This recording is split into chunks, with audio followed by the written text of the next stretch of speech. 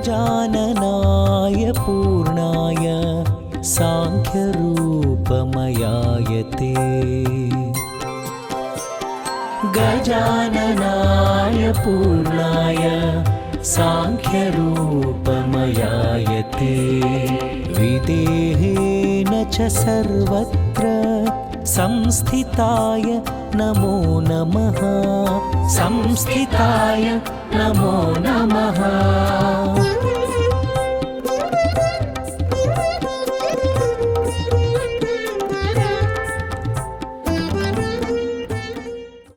నమస్కారం, welcome to iDream ధర్మ మార్గం కార్యక్రమానికి స్వాగతం.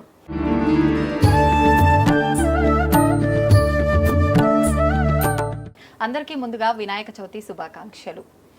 అయితే ప్రతి ఒక్కరూ కూడా పురోహితులను పిలిచి వినాయక చవితి పూజా విధానాన్ని ఆచరించలేకపోయి ఉండే వాళ్ళు ఉంటారు.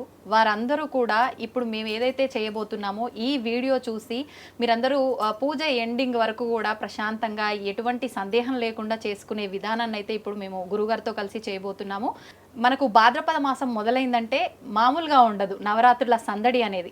నిజంగా కొంతమందికి సందేహం ఉంటుంది, నవరాత్రులు అనంటే 9 రాత్రులుగా కౌంట్ చేయాలా, డేస్గా కౌంట్ చేయాలా, ఎలా అని చెప్పి ఇంట్లో పెట్టే వాళ్ళకు కూడా రకరకాల సందేహాలు ఉంటాయి. ఎన్ని రోజులు ఉంచాలి, 1 రోజా 3 రోజుల, ఇలా రకరకాలుగా ఇలాంటి సందేహాలన్నింటినీ కూడా ఇప్పుడు గురుగారితో మాట్లాడి తెలుసుకుందాం. ఈ పూజా విధానాన్ని కూడా సింపుల్గా ఎలా చేసుకోవచ్చో చేసి చూపిద్దాం. నమస్కారం గురుగారు. శ్రీమాత్రే నమః. శ్రీ గురుభ్యో నమః. గురుగారు, మనకు భాద్రపద మాసం మొదలైపోయింది. వినాయక నవరాత్రుల పూజలు ప్రారంభమయ్యాయంటే ఈ 9 రోజులు కూడా మామూలు హడావిడి ఉత్సవంలా జరుపుకుంటాం మనందరం కూడా. అయితే ముఖ్యంగా చాలా మంది పురోహితులను పిలిచి చేసుకోలేని స్థితిలో ఉంటారు. వీలవ్వదు కూడా అన్ని చోట్ల పురోహితులు వెళ్ళాలంటే. మనం చేసే ఈ పూజా విధానం వాళ్ళు ఇంట్లో ఈ ఒక్క వీడియో పెట్టుకుంటే కంప్లీట్ పూజ ఎటువంటి సందేహం లేకుండా చేసుకునేటట్టుగా ఉండాలి. తప్పనిసరిగా అమ్మ, ఈ వీడియో చూసే వాళ్ళ అదృష్టం. అలాగే వినాయకుడి పూజ భాద్రపద శుద్ధ చవితి, వినాయక చవితి రోజున ఏ విధంగా చేసుకోవాలి అనేది సంపూర్ణంగా మనం చేసి చూపిద్దాం తప్పనిసరిగా. ఈ వీడియో చూసి అందరూ ఇంట్లో చక్కగా ఏ రకమైనటువంటి అనుమానాలు లేకుండా చక్కగా పూజ చేసుకోవచ్చు. అమ్మా స్టార్ట్ చేద్దామా గురుగారు మరి? ఓం గణానాం త్వా గణపతిం హవామహే కవిం కవీనాముపమస్రవస్తమం జ్యేష్ఠరాజం బ్రహ్మణాం బ్రహ్మణస్పదాన శృణ్వన్ నోతిభిः సీదసాదనం ప్రణో దేవీ సరస్వతీ వాజేభిర్వాజనీవతి ధీనామవిత్రియవతు. గురుబ్రహ్మా గురుర్విష్ణుః గురుర్దేవో మహేశ్వరः గురుః సాక్షాత్ పరబ్రహ్మ తస్మై శ్రీ గురవే నమః. శ్రీ గురుభ్యో నమః. హరి ఓం. ఏదైనా మనం పూజ ప్రారంభించే ముందుగా మన ఇంట్లో ఉండేటువంటి పెద్దలకు కానీ లేదా కనీసం వచ్చిన పురోహితులకు కానీ ఒక ఫలప్రదానం ఏదైతే మనం సంపూర్ణంగా స్వామివారికి కానీ అమ్మవారికి కానీ పూజ చేసిన తర్వాత వచ్చేటువంటి ఫలాన్ని ఆశిస్తూ మనం పూజ చేస్తూ ఉంటాము. దానికి ముందుగా వచ్చినటువంటి పెద్దలకి తప్పనిసరిగా ఫలప్రదానం అనేటువంటి ఫలాన్ని దానం చేసి ఆ తదుపరి పూజా కార్యక్రమం ప్రారంభించడం అనేది మన ఇది. అంటే దీంట్లో కూడాను గొప్ప నీతి ఏంటంటే ఇంట్లో ఉండేటువంటి ప్రతి ఒక్కరిని కూడా గౌరవించిన తర్వాతనే భగవంతుడు అని చెప్పడం. ఇంట్లో ఉన్న తల్లిదండ్రులే మొట్టమొదటిగా మనకు దైవాలు, ఆ తదుపరే నిజమైనటువంటి మనం అనుకుంటున్నటువంటి గణపతి కావచ్చు, అమ్మవారు కావచ్చు, సత్యనారాయణ స్వామి వారు కావచ్చు, ఎవరైనా సరే. కాబట్టి ఇంట్లో ఉన్న పెద్దలకి తాంబూలం ఇవ్వాలి. లేదు అలా కాని పక్షంలో కనీసం వచ్చిన పురోహితులకైనా తప్పనిసరిగా ఇవ్వాలి. చెప్పండి. ఫలం మనోరథ ఫలం పుత్ర పౌత్ర ప్రవర్ధనం యస్మాత్ తస్మాత్ శివం మేచ్ఛ అర్థశాంతిం ప్రయచ్చమే. ఈ ఫలప్రదానంలో కూడా ఇంత గొప్ప నీతి ఉందో చూడండి. ఫలం మనోరథ ఫలం, నా మనోరథాన్ని మీకు ఫలంగా ఇస్తున్నాను అని చెప్పడం. పుత్ర పౌత్ర ప్రవర్ధనం, పుత్రులు పౌత్రులు వంశాభివృద్ధి కలగాలి ఈ యొక్క ఫలప్రదానంతో అని చెప్పి సంకల్పం అన్నమాట. ఈ మంత్రం చెప్తూ ఇవ్వాలి.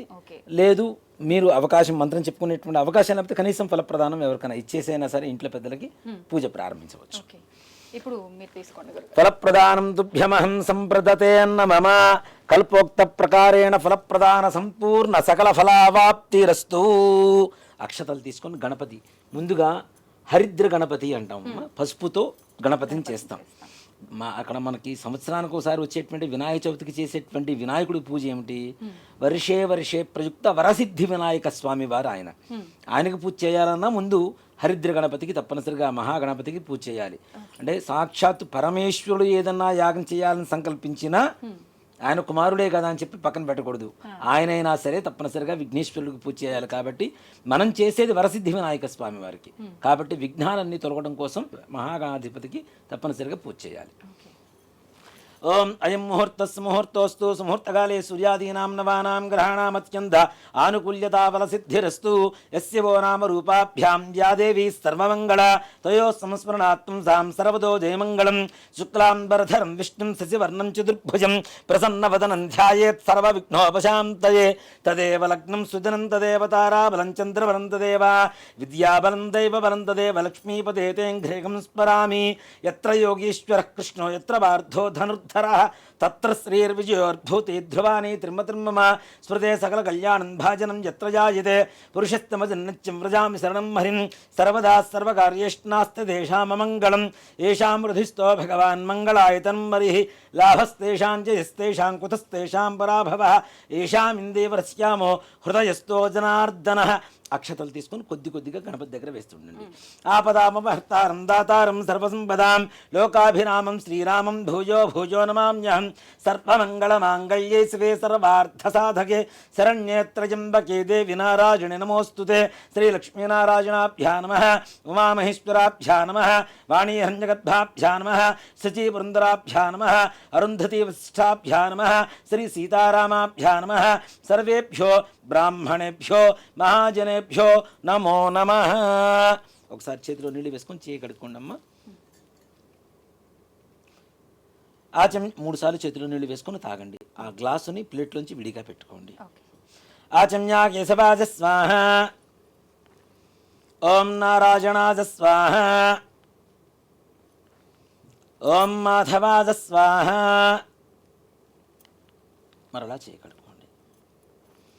గోవిందాయ నమః, విష్ణవే నమః, మధుసూదనాయ నమః, త్రివిక్రమాయ నమః, వామనాయ నమః, శ్రీధరాయ నమః, ఋషికేశాయ నమః, పద్మనాభాయ నమః, దామోదరాయ నమః, సంకర్షణాయ నమః, వాసుదేవాయ నమః, ప్రద్యుమ్నాయ నమః, అనిరుద్ధాయ నమః, పురుషోత్తమాయ నమః, అధోక్షజాయ నమః, నారసింహాయ నమః, అచ్యుతాయ నమః, జనార్దనాయ నమః, ఉపేంద్రాయ నమః, హరయే నమః, శ్రీకృష్ణాయ నమః, శ్రీకృష్ణపరబ్రహ్మణే నమో నమః. అక్షతులు వాసన చూసి ఎడం చేతి వైపు నుంచి ఇలా వెనక్కి వేసుకోవాలన్నమాట. ఉత్తిష్టంతో భూత పిశాచాః ఏతే భూమి ఇట్లా వెనక నుంచి ఇలా చురుకు తగిలేట్టుగా, వెనక కొంతమంది ఉంటారు వాళ్ళకి చురుకు తగిలేట్టుగా వేయాలి. అది కూడా ఎందుకు అంటే ఉత్తిష్టంతో అంటే లేవమని చెబుతున్నాం. ఎవరిని? భూత ప్రేత పిశాచాలని. ఉత్తిష్టంతు భూత పిశాచాః ఏతే భూమి భారకాః. ఎక్కడైతే అక్షతలు వేస్తున్నామో అక్కడి నుంచి లేవమని.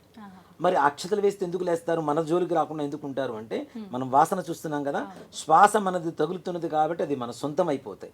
కాబట్టి మన జోలికి రాకుండా అంటే ఇక్కడ భూత ప్రేత పిశాచాలంటే మనకేదో లైవ్లో వచ్చి కూర్చుంటాయని కాదు, మనకు ఉండేటువంటి ఆలోచన విధానం కానీ మన మైండ్లో తిరిగేటువంటి ఒక రకరకాల ఆలోచనలు, అలానే మన చుట్టుపక్కల ఏదైనా వ్రతాలు చేసుకున్నప్పుడు కూడా ఆడవాళ్ళందరినీ కూర్చోబెట్టుకుంటూ ఉంటాం.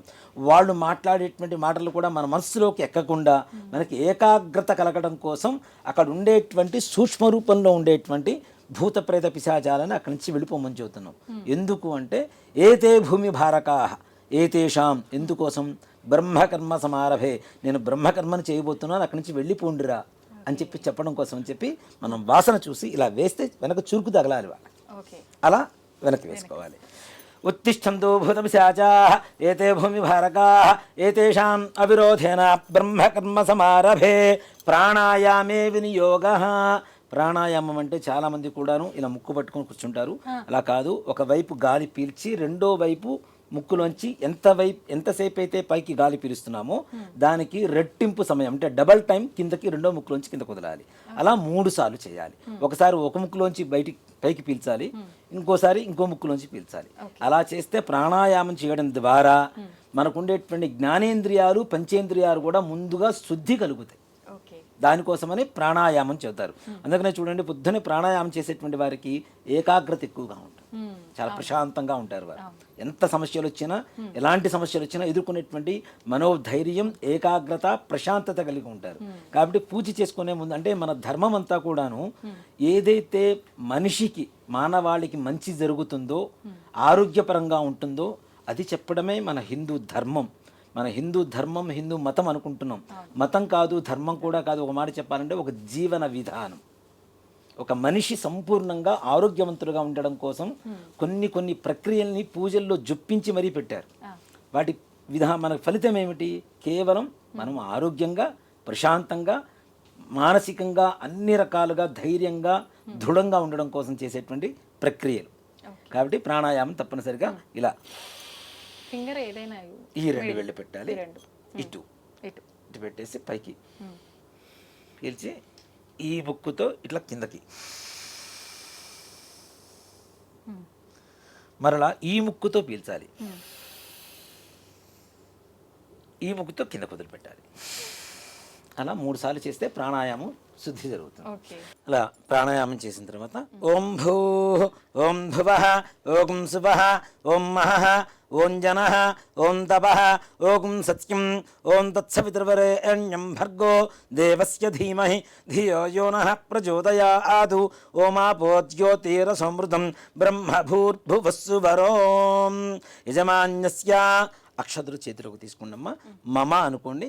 ఉపాత్తాతృతక్షయ ద్వారా శ్రీ పరమేశ్వరముద్దిశ్య శ్రీ పరమేశ్వర ప్రీత్యర్థం శుభాభ్యాం శుభే శోభనే ముహూర్తే శ్రీ మహావిష్ణోరాజ్ఞేయ ప్రవర్తమానస్య అద్య బ్రహ్మణః ద్వితీయపరార్థే శ్వేతవరాహకల్పే వైవస్వతమన్వంతరే కలియుగే ప్రథమపాదే జంబూద్వీపే భరతవర్షే భరతఖండే మేరోః దక్షిణదిగ్భాగే శ్రీశైలస్య వాయువ్య ప్రదేశే కృష్ణా గోదావరియోర్మధ్య ప్రదేశే సమస్తదేవతా బ్రాహ్మణ హరిహర గురుచరణ సన్నిధౌ అస్మిన్ వర్తమానేన వ్యవహారిక చాంద్రమానేన స్వస్య శ్రీ క్రోధినామ సంవత్సరే దక్షిణాయనే వర్ష ఋతు భాద్రపద మాసే శుక్లపక్షే చతుర్థ్యాయాం వాసరః వాసరస్తు స్థిరవాసరయుక్తాయాం శుభనక్షత్రే శుభయోగే శుభకరణ ఏవం గుణ విశేషణ విశిష్టాయాం శుభతిథౌ శ్రీమాన్ శ్రీమతః గోత్రం రాజనాల గోత్ర రాజేశ్వరరెడ్డి నామధేయః ధర్మపత్న్యాః విజితా నామదేవత్యాః సహ కుటుంబానాం చెప్పండమ్మా మమ అస్మాకం సహ కుటుంబానాం క్షేమ స్థైర్య ధైర్య విజయ అభయ ఆయు ఆరోగ్య ఐశ్వర్య అభివృద్ధి సిద్ధ్యర్థం ధర్మార్థ కామ్యమోక్ష చతుర్విధ ఫల పురుషార్థ సిద్ధ్యర్థం ఇహలోకే ఇంద్ర సమాన మహదైశ్వర్య భావపూర్వక సాగ్ర శతవరుష సుఖేన జీవన సిద్ధ్యర్థం మమ సంకల్పిత సమస్త కార్యేషు సమస్త కాలేషు సమస్త వ్యవహారేషు సర్వత్ర నిర్విఘ్నత సిద్ధి ద్వారా సర్వత్ర దిగ్విజయత ప్రాప్తి సిద్ధ్యర్థం వర్షే ప్రయుక్త శ్రీ వరసిద్ధి వినాయక స్వామి దేవత పరిపూర్ణ అనుగ్రహ ప్రసాద సిద్ధ్యర్థం వర్షే ప్రయుక్త శ్రీ వరసిద్ధి వినాయక స్వామి దేవత వ్రత ఆక్ష్యం కర్మ కరిష్యే ఆదౌ నిర్విఘ్నేన పరిసమ అవాప్త్యర్థం శ్రీ మహాగణాధిపతి దేవత పూజాంచ కరిష్యే. చేతిలో నీళ్లు వేసుకొని నీళ్లు అక్షతలు ప్లేట్లు వదిలిపెట్టేసేయండి అమ్మా. ఇప్పుడు దీపారాధన వెలిగించండి. గురుగారు, దీపారాధన అంటే నాకు ఒక చిన్న డౌట్ వచ్చింది. అగ్గిపుల్లతో డైరెక్ట్ దీపారాధన చేయరాదు, అగరబత్తికి వెలిగించి అంటారు కదా, అసలు నిజమేనా? మనకి హారతి ఇచ్చేటువంటి ఏకహారతి ఉంటుంది కదా, ఇలా అన్నమాట. ఏకహారతిలో ఇలా ఒత్తి ఒకటి వేసుకొని ఈ ఒత్తిని వెలిగించి దీంతో దీపారాధన చేయడం అనేది ఉత్తమమైనటువంటి మార్గం. ఇలా కాని పక్షంలో కనీసం అగరబత్తితో అయినా వెలిగించాలి. ఇవన్నీ కృత్రిమంగా తయారయ్యేటువంటి అగ్నే కదా, కాబట్టి అలా కాకుండా ఏదైనా ప్రకృతి ధర్మంగా ఉండేటువంటి వాటితో వెలిగించడం అనేది ఉత్తమం. దీన్ని మోహిని దీపం అంటారు. మోహిని దీపం అంటారు. కాబట్టి దీనితో వెలిగించడం అనేది మంచిది. దానివల్ల ఇలాంటి దీపారాధన చేయడం వల్ల సకల ఆకర్షణ యోగం కూడా కలుగుతుందని చెప్పి శాస్త్రాలు చెప్తాం. కాబట్టి మోహిని అంటే మోహనం, మోహించడం అంటే ఆకర్షణ కదా, కాబట్టి మోహిని దీపం అంటారు. కాబట్టి అలా దీపారాధన చేయడం అనేది ఉత్తమం. ఇలా ఏకహారతి పెట్టుకున్నప్పుడు కూడా ఏకహారతి కూడా కొద్ది గంధం పెట్టి కుంకుమ బొట్టు పెట్టి వెలిగించి వాటితో దీపారాధన వెలిగించడం అనేది ఉత్తమమైనటువంటి మార్గం. అయితే గురుగారు, ఇప్పుడు ఇట్లా ప్రత్యేకమైన పూజలు అప్పుడైనా నిత్య దీపారాధన కూడా అలా వెలిగించవచ్చు? ప్రతినిత్యం కూడా తప్పనిసరిగా ఇలానే దీపం వెలిగించాలి. ఓకే, ఇప్పుడు బొట్టు పెట్టేసి గజాననాయ పూర్ణాయ సాంఖ్యరూపమయాయతే గజాననాయ పూర్ణాయ సాంఖ్యరూపమయాయతే విదేహేన చ సర్వత్ర సంస్థితాయ. ఓం ఉద్దీప్యస్వజాతవేదో భగ్ననిర్తిం మమ పశుగుహ్యమహ్యమావహ జీవనంచ దిశో దిశ. దీపారాధనలో కూడాను చాలా మంది ఎటు పడితే అటు ముందు వెలిగిస్తుంటారు. కాబట్టి మొట్టమొదటిగా దక్షిణం వైపు ఉండేటువంటి దీపారాధన వెలిగించి తర్వాత ఉత్తర సమాప్తిగా ఇటువైపు వెలిగించుకోవాలి. ఓం ఉద్దీప్యస్వజాతవేదో భగ్నం నిర్తం మమ పశుగుహ్యమహ్యమావహ జీవనంచ దిశో దిశ. సాధ్యం త్రివృత్య సంయుక్తం వహ్నినా యోచితం ప్రియం గృహాణ మంగళం దీపం త్రైలోక్యం దివిరాపః భక్త్యా దీపం ప్రజత్యామి దేవాయ పరమాత్మనే త్రాహి మాన్నర్గాత్ ఘోర దివ్య జ్యోతిర్నమోస్తుతే. దీపరాజాయ విద్మహే స్వప్రకాశాయ ధీమహి తన్నో జ్యోతి ప్రచోదయాతు. దీపమూలే గంధపుష్ప అక్షతైః రభ్యత్యా.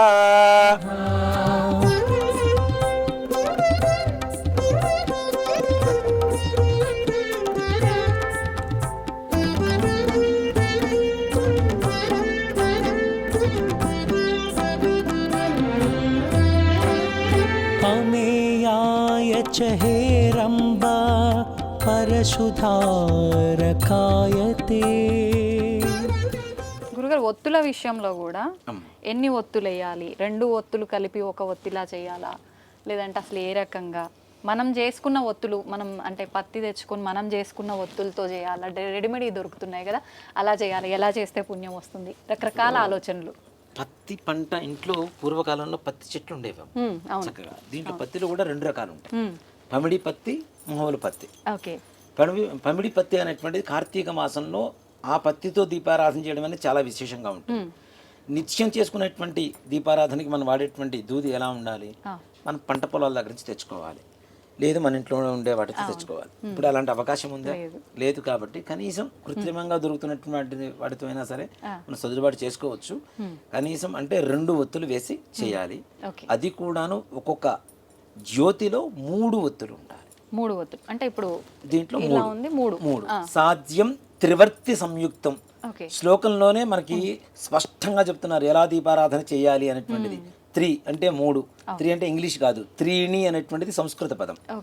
త్రీణి అనేటువంటిది వర్తి, ఒత్తులు 3 ఒత్తులు వేసి దీపారాధన చేయమని శాస్త్రం చెబుతుంది. దాని ద్వారా ఇంట్లో ఉండేటువంటి సకల చీకటి ఏదైతే ఉందో ఆ వెలుగు ద్వారా వెళ్ళిపోమని, వెలుగు రావాలి, చీకటి మొత్తం వెళ్ళిపోవాలి అనేటువంటి దాంతో సాధ్యం త్రివృత్త సంయుక్తం వహ్నినా యోజితం ప్రియం గృహాణ మంగళం దీపం త్రైలోక్యం దివిరాపః. 3 లోకాలలో దీపారాధన చేస్తే ఎలాంటి పుణ్యం వస్తుందో ముల్లోకాలలో అలాంటి ఫలితం ఈ యొక్క దీపారాధన వల్ల నాకు రావాలి అని చెప్పేదే ఈ యొక్క శాస్త్ర పరమార్థం మంత్రానికి. కాబట్టి ఈ విధంగా దీపారాధన చేసుకోవడం మంచిది. అయితే గురుగారు, అసలు ఎందుకు దీపం వెలిగిస్తాం? సరే, దీపం ఎందుకు వెలిగించాలి? మొట్టమొదటిగా చెప్పాలి అంటే పూర్వకాలంలో దీపారాధన చేయటం అనేటువంటిది దేవతలకి, అంటే చీకట్లో ఏ పని చేయకూడదు.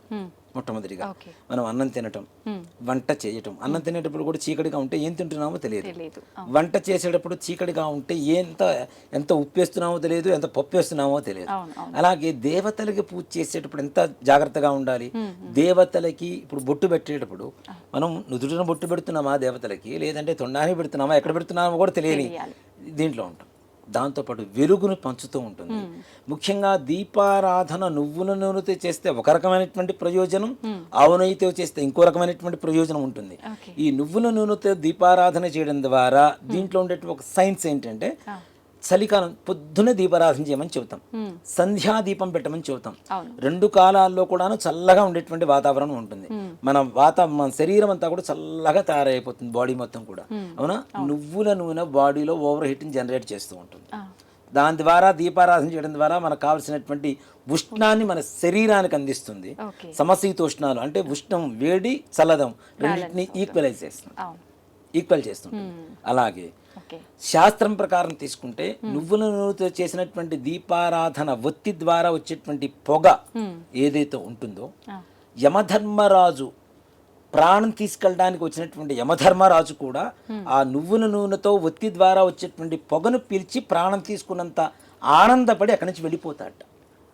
మృత్యుదోష నివారణ కలుగుతుంది. కాబట్టి దీపారాధన ఎందుకు చేయాలంటే అసలు దీనికోసమే, వెలుగు కోసం, మన ఆరోగ్యం కోసం, అలాగే భగవంతుడికి ప్రీతికరంగా ఉండడం కోసం. మనకు ఉండేటువంటి మృత్యు దోషాలు దీంట్లో చూడండి, నువ్వుల నూనె శనికి వాడతాం మృత్యు దోషాలు పోవడానికి, పత్తి శనికి వాడతాం, అది కూడా మృత్యు దోషాలు పోవడానికి. అంటే చెప్తున్నా కదా, మన ధర్మం అనేది సర్వసాధారణమైనటువంటి ధర్మం అయితే కాదు. ఆ విధానం అనేది ఎంతో లోతుగా వెళ్ళి ఆలోచిస్తే, వాటి గురించి తెలుసుకుంటే ఎవరు దీపారాధన చేయకుండా ఉండరు ఇంట్లో. అవును, తెలియాలి అసలు దాని వెనకాల కాన్సెప్ట్ ఏంది, ఆంతర్యం ఏంటి అని. మనం 1,000,000 దీపాలు పెడతాం, అంతే, 1,00,000 దీపాలు పెడుతున్నాం. దీపాలు పెట్టంగానే సరికాదు, వాటికి ఉండేటువంటి ప్రాముఖ్యత ఏంటి అనేది తెలుసుకుంటే. సాధారణంగా ప్రతి ఒక్కరు కూడా పూజ చేస్తే, నిత్యం దీపారాధన చేస్తే పాజిటివ్ గా ఉంటుంది చాలా అని అనుకుంటారు, కానీ హెల్త్ కి అన్నిటికీ సంబంధం ఉంది. ఇప్పుడు చీకటిగా ఉంది నాన్న, ఒక గదిలో లైట్ వేస్తే వెలుతురు వస్తుంది. అలాగే ఇక్కడ దేవుడి దగ్గర దీపం పెడుతున్నాం కదా, మన జీవితంలోకి వెలుగు రావడం కోసం పెడుతున్నాం. మనం అన్ని దేవుడి కోసం చేస్తున్నామని మనం చెబుతాం. దేవుడికి చేసేటువంటి ప్రతి ఒక్కటి మన కోసం మనం చేసుకునేటువంటి పూజ. ఆయనకి చేస్తున్నాము అంటే మనకు చేసుకుంటున్నాం అంతే. అది గురుగారు, ఇప్పుడు వినాయక చవితి రోజు కూడా గణపయ్య ముందు కొంతమంది అఖండ దీపం అని చెప్పి మట్టి ప్రమిదలో పెడుతుంటారు, అలా పెట్టాలా ఖచ్చితంగా? అలా ఏం లేదమ్మా, 9 రోజులు అలా గణపతి నవరాత్రులు మొత్తం 9 రోజులు కూడా పెట్టుకునేటువంటి విధానం ఉంటే పెట్టుకోవచ్చు. ఒక మాట చెప్పాలి అంటే, ఇంట్లో చేసుకునేటువంటి పూజా విధానానికి అఖండంతో సంబంధం లేదు. నిత్యం దీపారాధన, ఉదయం దీపారాధన చేస్తాం. మరలా చాలా మంది ఏం చేస్తారంటే, వినాయక చవితి పూజ చేసిన తర్వాత ఉదయం పూట, సాయంత్రం పూట వదిలేస్తారు. మరలా సంధ్యా సమయంలో కూడా ఆయనకి దీపారాధన పెట్టవలసిందే తప్పనిసరిగా. మరుసటి రోజు పొద్దునే విసర్జన చేస్తాం కదా, తీసుకెళ్ళి నిమజ్జనం చేయడానికి తీసుకెళ్తాం కదా. ఈ నిమజ్జనం చేయడానికి ముందు కూడా తప్పనిసరిగా దీపారాధన చేసి, అవసర నైవేద్యం ఏదైనా పంచదార కావచ్చు, బెల్లం కావచ్చు, పండు కావచ్చు, ఫలం కావచ్చు, ఏదైనా నివేదన పెట్టిన తరువాతనే అక్కడి నుంచి స్వామి వారిని యథాస్థానం చెప్పి మనం నిమజ్జనం చేయడానికి తీసుకెళ్ళాలి తప్పనిసరిగా. నెక్స్ట్ పూజా విధానం తప్పనిసరిగా. దీపరాజాయ విద్మహే స్వప్రకాశాయ ధీమహి తన్నో జ్యోతి ప్రచోదయాదు. దీపమూలే గంధపుష్ప అక్షతైరభ్యత్య. మనం ముందుగానే దీపారాధనకి బొట్టు పెట్టాం కాబట్టి ఎవరైనా అవకాశం ఉన్నవాళ్ళు ముందుగా పెట్టుకోవచ్చు. లేదు కనీసం దీపారాధన చేసిన తర్వాత అయినా సరే కుంకుమ గంధం తప్పనిసరిగా దీపారాధన 3 చోట్ల బొట్టు పెట్టడం అనేది సంప్రదాయంగా చేయాలి అమ్మా. తంగా కలశారాధనం కరిష్యే. ఈ 2వ చెంబు ఒకటి తీసుకోవాలి. ఇందాక మనం ఆచమనం చేసినటువంటి పంచపాత్ర ఏదైతే ఉందో అది ఎంగిలిపోయింది కదా, మనం నీళ్లు తీసుకొని తాగేసాం కదా, కాబట్టి అవి ఎంగిలిపోయింది. దేవుడికి చేసేటువంటి పూజలో వాడేటువంటి నీళ్లు ఎలా ఉండాలంటే, వేరే కలశంలో ఒక చెంబులో కానీ గ్లాసులో కానీ తప్పనిసరిగా నీళ్లు తీసుకొని దానికి చుట్టూ గంధం పూసి కుంకుమతో బొట్టు పెట్టండి.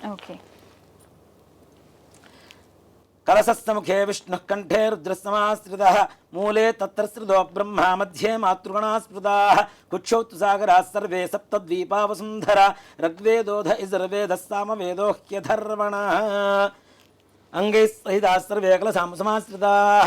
ఈ తమలపాకున్నాను ఇలా తీసుకొని ఇలా పోల్చి పట్టుకోవాలి. ఓకే. ఓం ఆ కలసే శుధావతి పవిత్రే పరిషిచ్యతే ఉక్తేర్యజ్ఞేషు వర్ధతే ఆపో వాయుదకం సర్వం విశ్వాభూతాన్యాప ప్రాణావాప ప్రతిభ ఆపోన్నమాపోమృతమాప సంద్రాడాపో విరాళాపస్పరాడాపస్తిందాగుష్యాపో జ్యోతిగుష్యాపో యుజగుష్యాప సత్యమాప సర్వా దేవత ఆపో భూవస్తువరాపవో. తోను బాగుని ఆ చెంబులు వేసి చుట్టూ తిప్పుతూ ఉండండి. గంగేశమునే కృష్ణ గోదావరి సరస్వతి నర్మదే సింధు కావేరీ జలేస్మిన్ సన్నిధిం కురు కావేరీ తుంగభద్రా చ కృష్ణ విన్యాస గౌతమి భాగీరథీ చ విఖ్యాత పంచగంగా ప్రకీర్తితా. అంటే ఆ కలశం మనం పెట్టిన తర్వాత కలశంలో ఎవరెవరు ఉన్నారు అంటే కలశస్య ముఖే విష్ణు కంఠే రుద్ర సమాశ్రిత మూలే తత్రశ్రితో బ్రహ్మ విష్ణు మహేశ్వరులు ఉన్నారు. మధ్య మాతృగణాశ్రిత మధ్యలో గణపతి కూడా ఉంటారట ఆ కలశంలో. అలాంటి కలశంలో నీళ్లు పోసాం కదా అవి పవిత్రంగా అవుతున్నాయి. ఎలా అవుతున్నాయి? పంచగంగలు గంగే మునే చేవ గోదావరి సరస్వతి నర్మదే సింధు కావేరి జలేస్మిన్ సన్నిధిం కురు. ఈ పంచగంగలు అంటాం. ఈ 5 గంగలు కూడా దాంట్లో ఉన్నట్టుగా భావన చేసుకుంటే ఆ నీళ్లు అత్యంత పవిత్రంగా మారుతూ ఉన్నాయి. కాబట్టి ఆ కలశంలో విష్ణుమూర్తిని బ్రహ్మని ఈశ్వరుని గణపతిని ఉన్నారు కాబట్టి వాళ్ళకి ఇందాక మనం ఇట్లా చేపెట్టాం కదా ప్రాణప్రతిష్ఠ చేసినట్టు. చేసిన తర్వాత దాంట్లో ఎలాంటి నీళ్లు పోయారు అంటే పంచగంగల నుంచి తీసుకొచ్చినటువంటి నీళ్లను వాడాలని. మనం తీసుకురాలేం కాబట్టి ఏదైతే మంత్రంతో శుద్ధి జరుగుతుందో అవే పంచగంగలుగా మారుతూ ఉంటాయి. కాబట్టి అలాంటి నీళ్లతోనే భగవంతుడు పూజ మొత్తం చేయాలి. అలాగే ఇది కలశ ఆరాధన అంటారు. కలశం అంటే దేవుడు ముందు పెట్టేటువంటి కలశం వేరు, కలశ ఆరాధన వేరు. ఈ కలశారాధన ఏదైతే చేస్తామో పూజ అయిపోయేంత వరకు దాన్ని కదిలించకూడదు. ఈ కలశం దాని ఉత్తర కలశం అంటారు. అలాగే కలశ ఆరాధన అంటారు. ఆ కలశాన్ని కదిలించాము అంటే పూజ పూర్తయిపోయినట్టే లెక్క. ఓకే. మామూలుగా అందరం అనుకుంటాం దేవుడు ముందు పెట్టే కలశం అది కాదు. ఇది కదిలిస్తే మాత్రం తప్పనిసరిగా పూజ పూర్తి అయిపోయినట్టే లెక్క. కాబట్టి ఈ కలశారాధన అంటే పంచగంగలు వచ్చి అక్కడ ఉన్నాయి కదా, మరి ఆ నీళ్లను మొత్తం వాడుకోవాలంటే ఒకసారి కదిలిస్తే అయిపోయినట్టే కదా. అంటే అప్పటికి పూజ సమాప్తం కాకముందే మనం తెలియక కదిలించినాం అనుకోండి గురుగారు, అది ఇంకా లెక్కలోకి రాదు. కాబట్టి ఇప్పటి నుంచైనా కనీసం ఇప్పటి నుంచైనా అలా కలశారాధన చేసినటువంటి కలశాన్ని మాత్రం చెంబును మాత్రం అక్కడి నుంచి కదిలించడం అనేది మాత్రం నిషేధం. ఈ పూజా ద్రవ్యాన్ని నీళ్లు చల్లండి నాన్న. కలశోదకేన పూజా ద్రవ్యాన్ని సంప్రోక్ష్య దేవం ఈ గణపతి మీద చల్లండి, మీ మీద చల్లుకోండి. ఆత్మాంత్య సంప్రోక్ష్య పూజా ద్రవ్యాల మీద చల్లాం. తీసుకొచ్చిన ఏదైతే ప్రతిమ ఉందో గణపతి ఉన్నాడో వాళ్ళ మీద చల్లాం.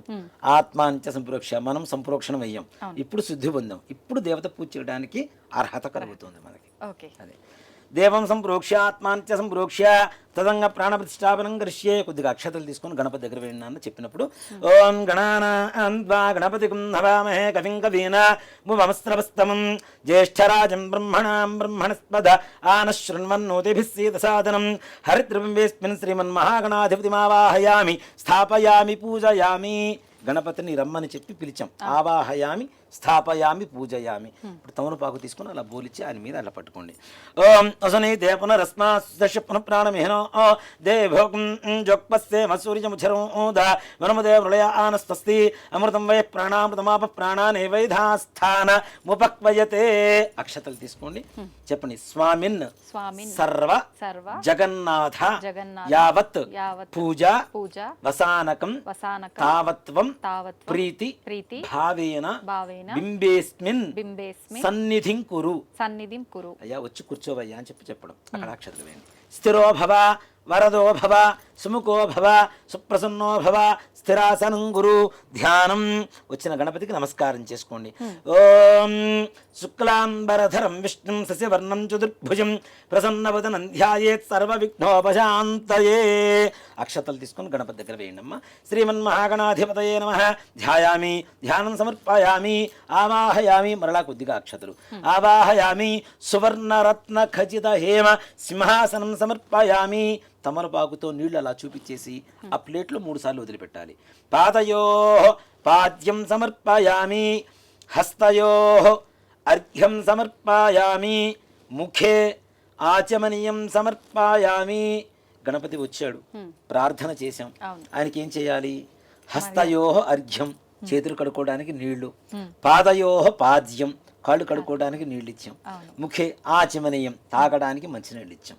మనం ఇంట్లో నిత్యం ఒక బంధువులు కానీ మనం కానీ చేసుకునేటువంటి ప్రక్రియలు ఏవైతే ఉన్నాయో ఉపచారాలన్నీ కూడాను వాటిని షోడశ ఉపచారాలు అంటారు. పొద్దున పుట్టినప్పటి నుంచి అంటే మనం పొద్దున లేచినప్పటి నుంచి పడుకునేంత వరకు చేసుకునేటువంటి 16 రకాల ఉపచారాలే భగవంతుడికి మంత్రంతో చేస్తాం కాబట్టి షోడశ ఉపచార పూజ అంటాం గణపతికి చేసేటువంటి దాన్ని కూడా. ఇప్పుడు ఈ రకంగా చెయ్యకపోతే ఆ పూజ లెక్కలోకి రాధా గురువు గారు ఇప్పుడు ఆచమనం ఇవన్నీ చేయకపోతే యద్భావం తద్భవతి. ఒక మాట చెప్పాలంటే భక్తి ఉండాలి. అవును, ఇవన్నీ చేసినప్పుడు కూడా భక్తి లేకపోతే వృధా కదా. వృధా అంతే. భక్తితో కన్నప్ప మాంసం పెట్టినా ఈశ్వరుడు స్వీకరించాడు. అవును, అలాంటి భక్తి లేనప్పుడు ఎన్ని పెడితే ఉంటుంది, ఎన్ని చేస్తే ఉంటుంది. అంతే. కాబట్టి భక్తి ఉండాలి తప్పనిసరిగా. అవకాశం ఉన్నంత వరకు శాస్త్రీయమైనటువంటి పద్ధతిలో చేసుకోవాలి అంటే ఇలా చేసుకోవచ్చు. ఇలా మాకు చేత కాదు, మాకు అర్థం కావట్లేదు అనుకునేటువంటి వాళ్ళు కూడా ఎలా వాళ్ళ భక్తి ఎలా ఉంటే ఆ భక్తి ప్రకారం వాళ్ళు చేసుకోవచ్చు. స్వామివారికి నీళ్లు తాగుతావా అంటే తాగుతాడు కూడా ఆయన. తాగించేంత భక్తి మన దగ్గర ఉండాలి, తప్పనిసరిగా తాగుతాడు ఆయన కదా. కాబట్టి భక్తితో చేయడం అనేది ప్రధానం. భక్తి లేకుండా ఎన్ని చేసినా ఏం చేసినా వృధాత్మకే వస్తుంది. ముఖ్య ఆచమనీయం సమర్పయామి అయిపోయింది కదా. ఔపచారక స్నానం చేయించడం స్వామి వారికి నీళ్లు చల్లండి కొద్దిగా. ఓం మా భోయిష్ఠామయ భోస్తాన ఊర్జేత ధాతన మహేరణాయ చక్షసే యోవశ్చవతమోరసస్తస్య భాజేతే హనః ఉషతీరవ మాతరః తస్మా అరంగమామవో యస్సక్షయా జజన్మథ ఆపో జనయథా జనః ఇది శుద్ధోదక స్నానం సమర్పయామి. మరలా నీళ్ళు అక్కడ చూపించేసి ప్లేట్లో వదిలిపెట్టేసండి. స్నానానంతరం శుద్ధ ఆచమనీయం సమర్పయామి. వస్త్రం దీన్ని గంధంలో అలా ముంచేసి పసుపు వద్దండి అమ్మ అక్కడ సమర్పించండి. వస్త్రం అభివస్త్ర ఆస్వసనాంజర్షాభిధేనో సుదిగా ఆ పూజమాన అభిచంద్రాభృతమేన్నోహిరణ్యాభ్యుష్మ్యాన్ధనో ఓ దేవసోమా ఇది వస్త్రయుగ్మం సమర్పయామి. కుంకుమ. చాలా మంది వస్త్రం అంటే ఇలానే అనుకుంటారు, ఇది వస్త్రం కాదు, ఇది యజ్ఞోపవీతం, ఉపవీతం అవుతుంది కాబట్టి అది వస్త్రం అవుతుంది. మనం వస్త్రాలు ఎలా వేసుకుంటాం కదా, అలానే అది వస్త్రం, ఇది ఉపవీతం అంటారు. యజ్ఞోపవీతం పరమం పవిత్రం ప్రజాపతేరేత్ సహజం పురస్తాదు ఆయుష్యమకిం మృతం చ శుభ్రం యజ్ఞోపవీతం బలమస్తు తేజః శ్రీమన్మహాగణాధిపతయే నమః. ఇది యజ్ఞోపవీతం సమర్పయామి. ఒక పుష్పాన్ని తీసుకొని గంధంలో ముంచి వేసి ఆ గంధాన్ని స్వామి వారి దగ్గర ఆ పుష్పాన్ని అక్కడ పెట్టేసింది, కాడ ఒలిచి పూజ చేయాలి. ఓం గంధద్వారాందురాధర్షాం నిత్యమిష్టాంగరీషిణీం ఈశ్వరీకం సర్వభూతానాం త్వామిహో భక్వయే స్త్రియం శ్రీగంధాన్ ధారయామి. మరలా పసుపులో అద్దేసి గంధంలో అద్దేసి పసుపు కుంకుమ అద్దండి. ఆజనేతే పరాజనే దుర్వా ఆరోహంతు పుష్పణీ హృదాశ్చ ముండరీకాణి సముద్రస్య గృహాయమే అలంకరణార్థం హరిద్రికాచూర్ణ కుంకుమ విలేపనాని సమర్పయామి. పుష్పై పూజయామి. ముఖ్యంగా గణపతికి పూజ చేసేటప్పుడు తెల్లటి పుష్పాలు ఏవి వాడకూడదు. ఒక తెల్ల జిల్లేడు, మరలా మల్లెపూలు వాడతాం కదా, అంటే వినాయక చవితి రోజున మాత్రమే మల్లెపూలు వాడాలి. కానీ మిగిలిన రోజుల్లో తెల్లటి పుష్పాలు ఏదైనా వాడాలి అంటే తెల్ల జిల్లేడు మాత్రమే వాడాలి. మిగిలినవన్నీ కూడా వేరే రంగు, పసుపు కానీ ఎరుపు కానీ ఇలాంటి వర్ణాలతో స్వామివారికి పూజ చేయడం అనేది విశేషం. ఇలా ఈ పుష్పాలు తీసుకొని పూజ చేస్తుందండి. ఓం సుముఖాయ నమః, ఓం ఏకదంతాయ నమః, ఓం కపిలాయ నమః, ఓం గజకర్ణకాయ నమః, ఓం లంబోదరాయ నమః, ఓం వికటాయ నమః, ఓం విఘ్ననాజాయ నమః, ఓం ధూమకేతవే నమః, ఓం గణాధిపాయ నమః, ఓం గణాధ్యక్షాయ నమః, ఓం గజాననాయ నమః, ఓం ఫాలచంద్రాయ నమః, ఓం వక్రతుండాయ నమః, ఓం శూర్పకర్ణాయ నమః, ఓం హేరంబాయ నమః, ఓం స్కందపూర్వజాయ నమః, ఓం సర్వసిద్ధిప్రదాయకాయ నమః, కుమారగురవే నమః, శ్రీమన్మహాగణాధిపతయే నమః.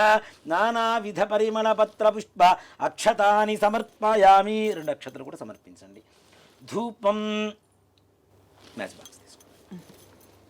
ఓం వనస్పత్యుర్భవేర్దివ్యేర్నానాగంధే సుసంయుతం ఆగ్రేయస్సర్వదేవానాం ధూపోయం ప్రతిగృహ్యతాం.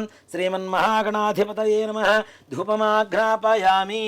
సాజ్యం త్రివృత్తి సంయుక్తం వన్నినా యోజితం ప్రియం గృహాణమంగళం దీపం త్రైలోక్యం దివిరాప భక్త్యా దీపం ప్రేత్యామి దేవాయ పరమాత్మనే త్రాహి మాన్ నర్గాత్ ఘోర దివ్య జ్యోతిర్నమోస్తుతే.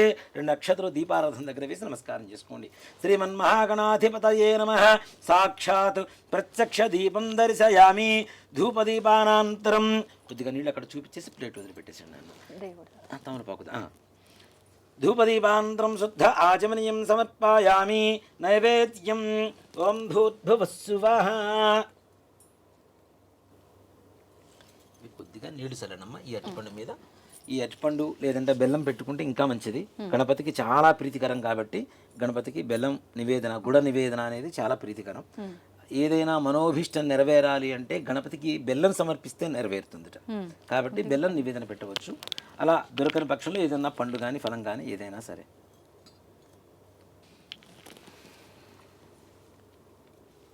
నీళ్ళు చల్లండి బెల్లం మీద అరటిపండు మీద. ఓం భూర్భువస్సువః తత్సవితుర్వరేణ్యం భర్గో దేవస్య ధీమహి. ఇలా చుట్టూ తిప్పాలి. సత్యం వర్త్యేన పరిషింత్యామి అమృతమస్తో అమృతోపస్తరమసి. శ్రీమన్మహాగణాధిపతయే నమః. సజ్జస్కాల గుడోపహాన్ కదలీఫలాన్ నివేదయామి. ఓం ప్రాణాయ స్వాహ. 5 సార్లు నిదానంగా స్వామివారికి చూపించాలి.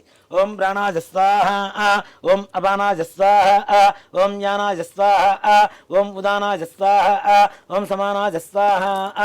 పంచభూతాలు 5 కాబట్టి 5 సార్లు దేవుడికి నివేదన చేయడం ద్వారా వాళ్ళు ప్రత్యక్షంగా దైవాలు మన దగ్గరకు వచ్చి కూర్చొని తింటారు అని కాదు, వాళ్ళ దృష్టితో అంటే కళ్ళతో మాత్రమే నైవేద్యాన్ని ఆ ప్రసాదాన్ని స్వీకరిస్తారట. మనం పెట్టేటువంటి నివేదనని అది మనకు ప్రసాదంగా మారుతుంది. కాబట్టి పంచభూతాలు 5 కాబట్టి, ప్రాణాయామాలు 5 కాబట్టి 5 సార్లు స్వామివారికి నివేదన చూపించాలి.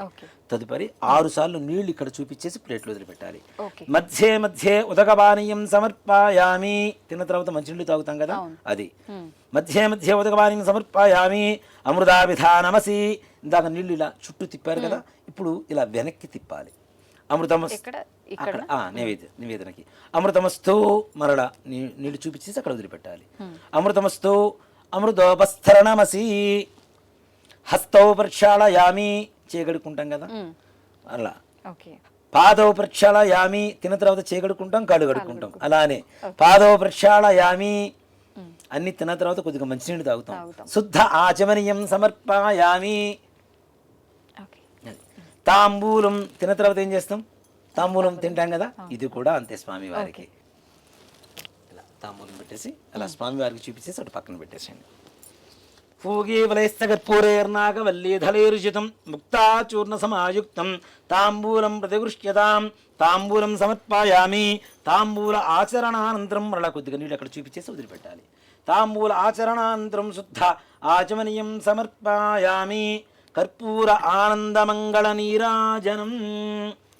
తాంబూలం సమర్పయామి. తాంబూలాచరణానంతరం శుద్ధ ఆచమనీయం సమర్పయామి. కర్పూర ఆనందమంగళ నీరాజనం.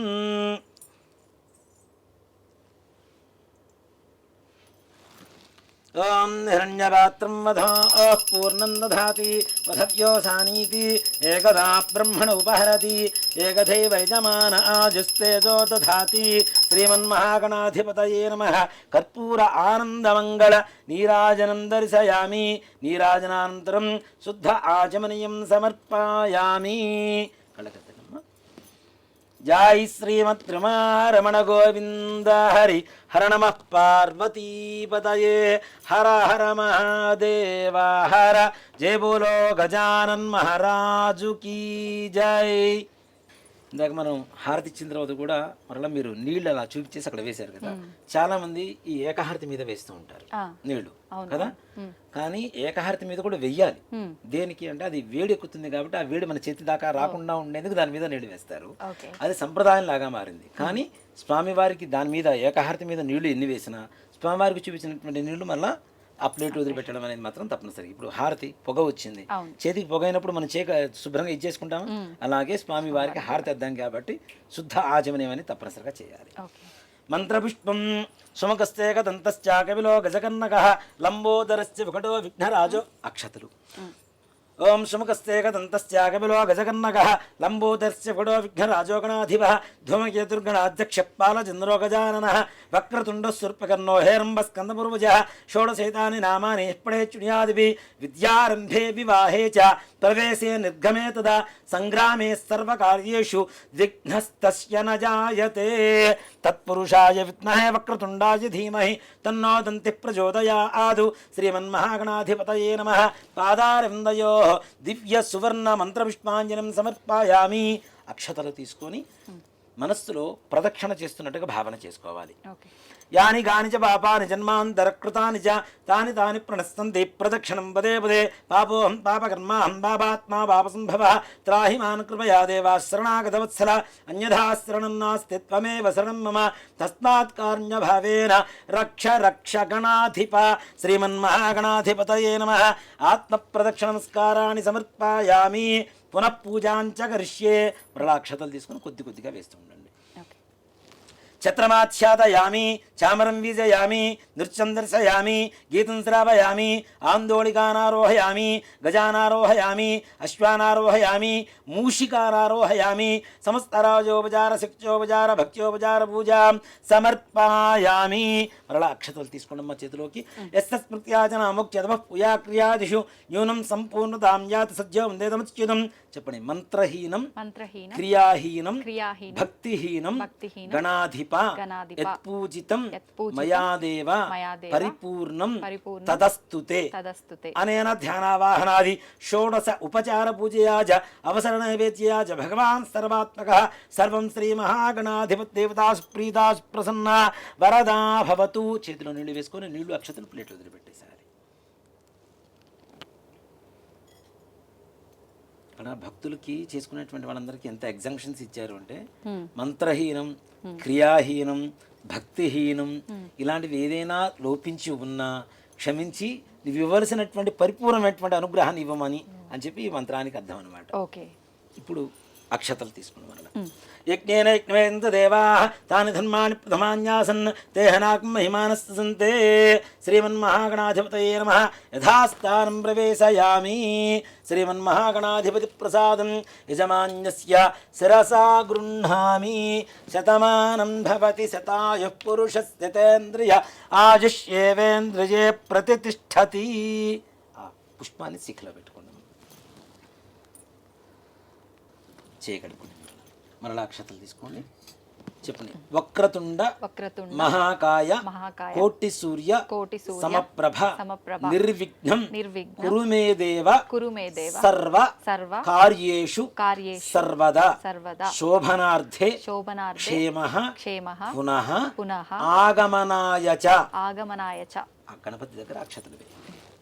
అంటే మనలా శుభకార్యం చేసుకున్నప్పుడు పిలుస్తాం రాండి అని చెప్పి చెప్పడం. ఆయన ఎక్కువసేపు భరించలేం కదా గణపతిని.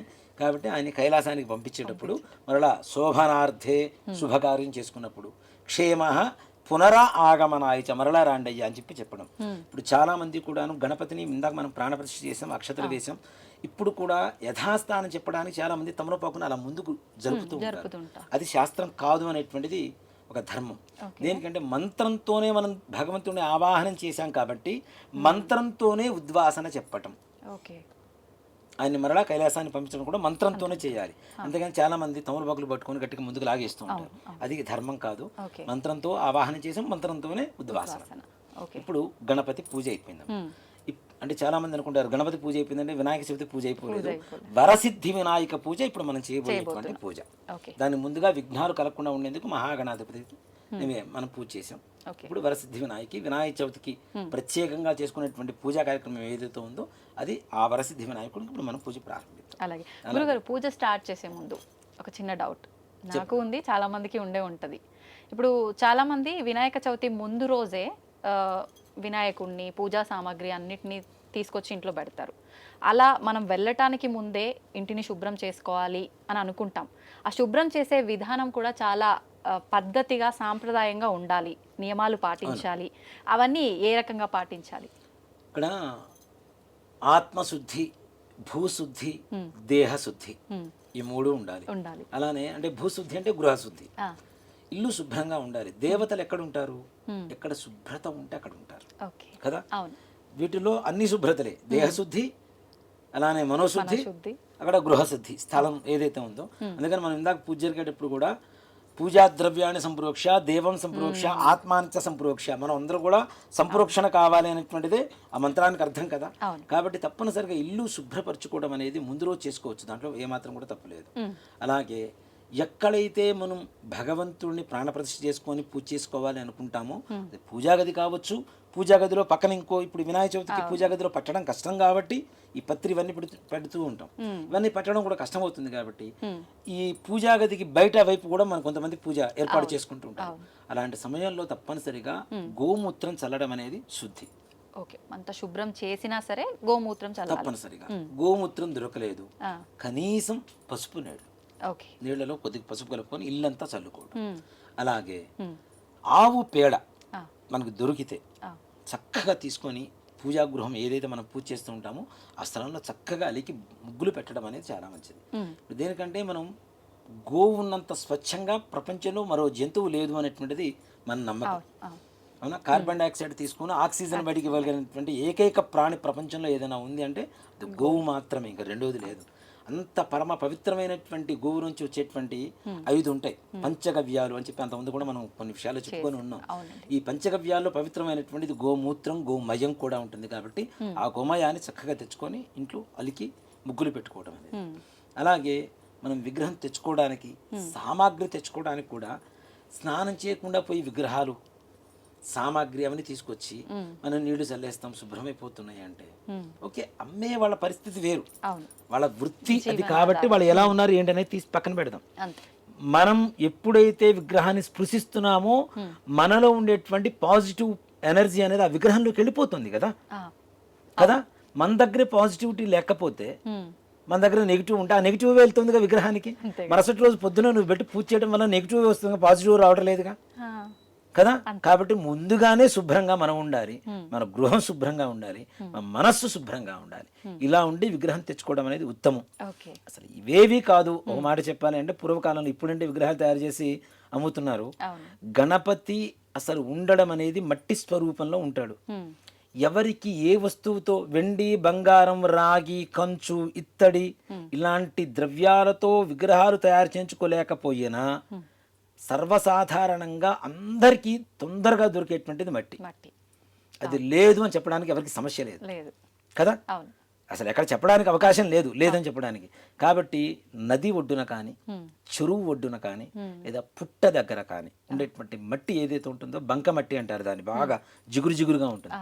దాన్ని తీసుకొని వచ్చి చక్కగా విగ్రహం ఇంట్లో తయారు చేసుకుంటే ఇంకా గణపతి సంతోషిస్తాడు.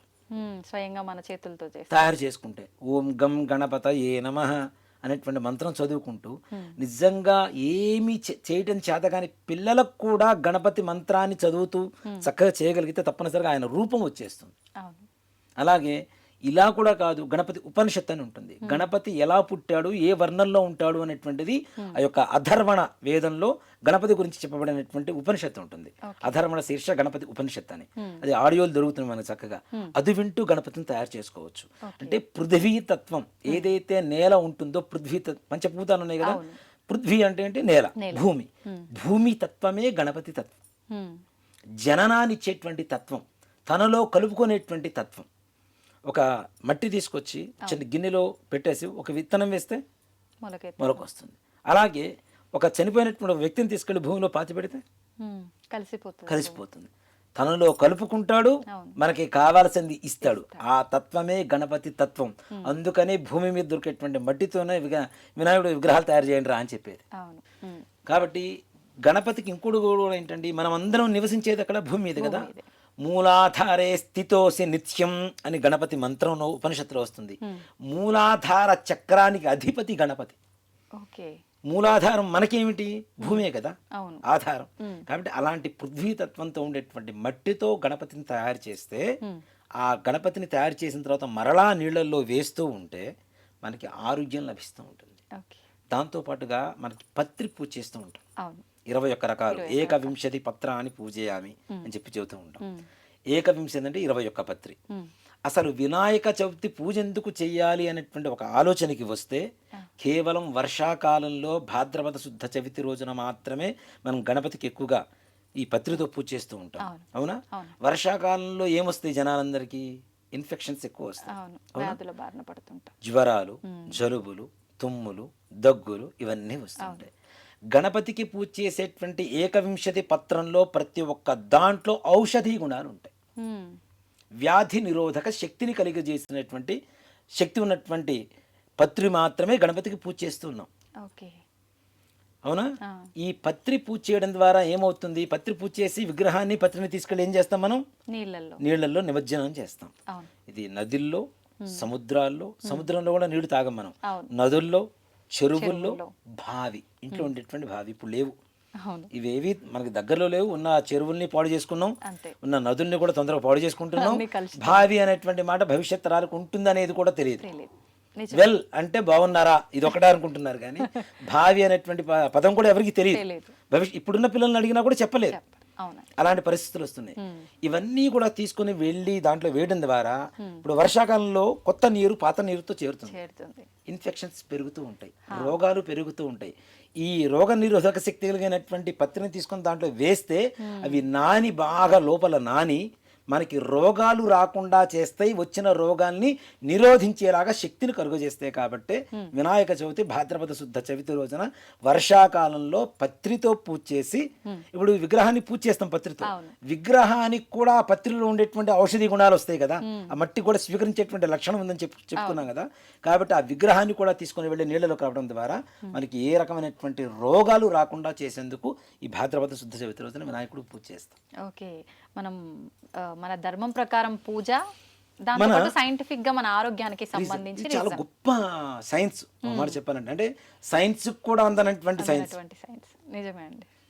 అంత ఔషధి గుణాలు ఉంటాయి వాటిల్లో. అవి మనకి తెలియక మనం ఏదో పిచ్చి కొమ్మలు తీసుకొచ్చి పూజ చేస్తున్నాం. కానీ 21 రకాలు ఏవైతే శాస్త్ర ప్రకారం చెప్తూ ఉన్నారో వాటిల్లో ప్రతి ఒక్క దాంట్లో రోగాన్ని ఒకదానికి జలుబు పోగొట్టేటువంటిది.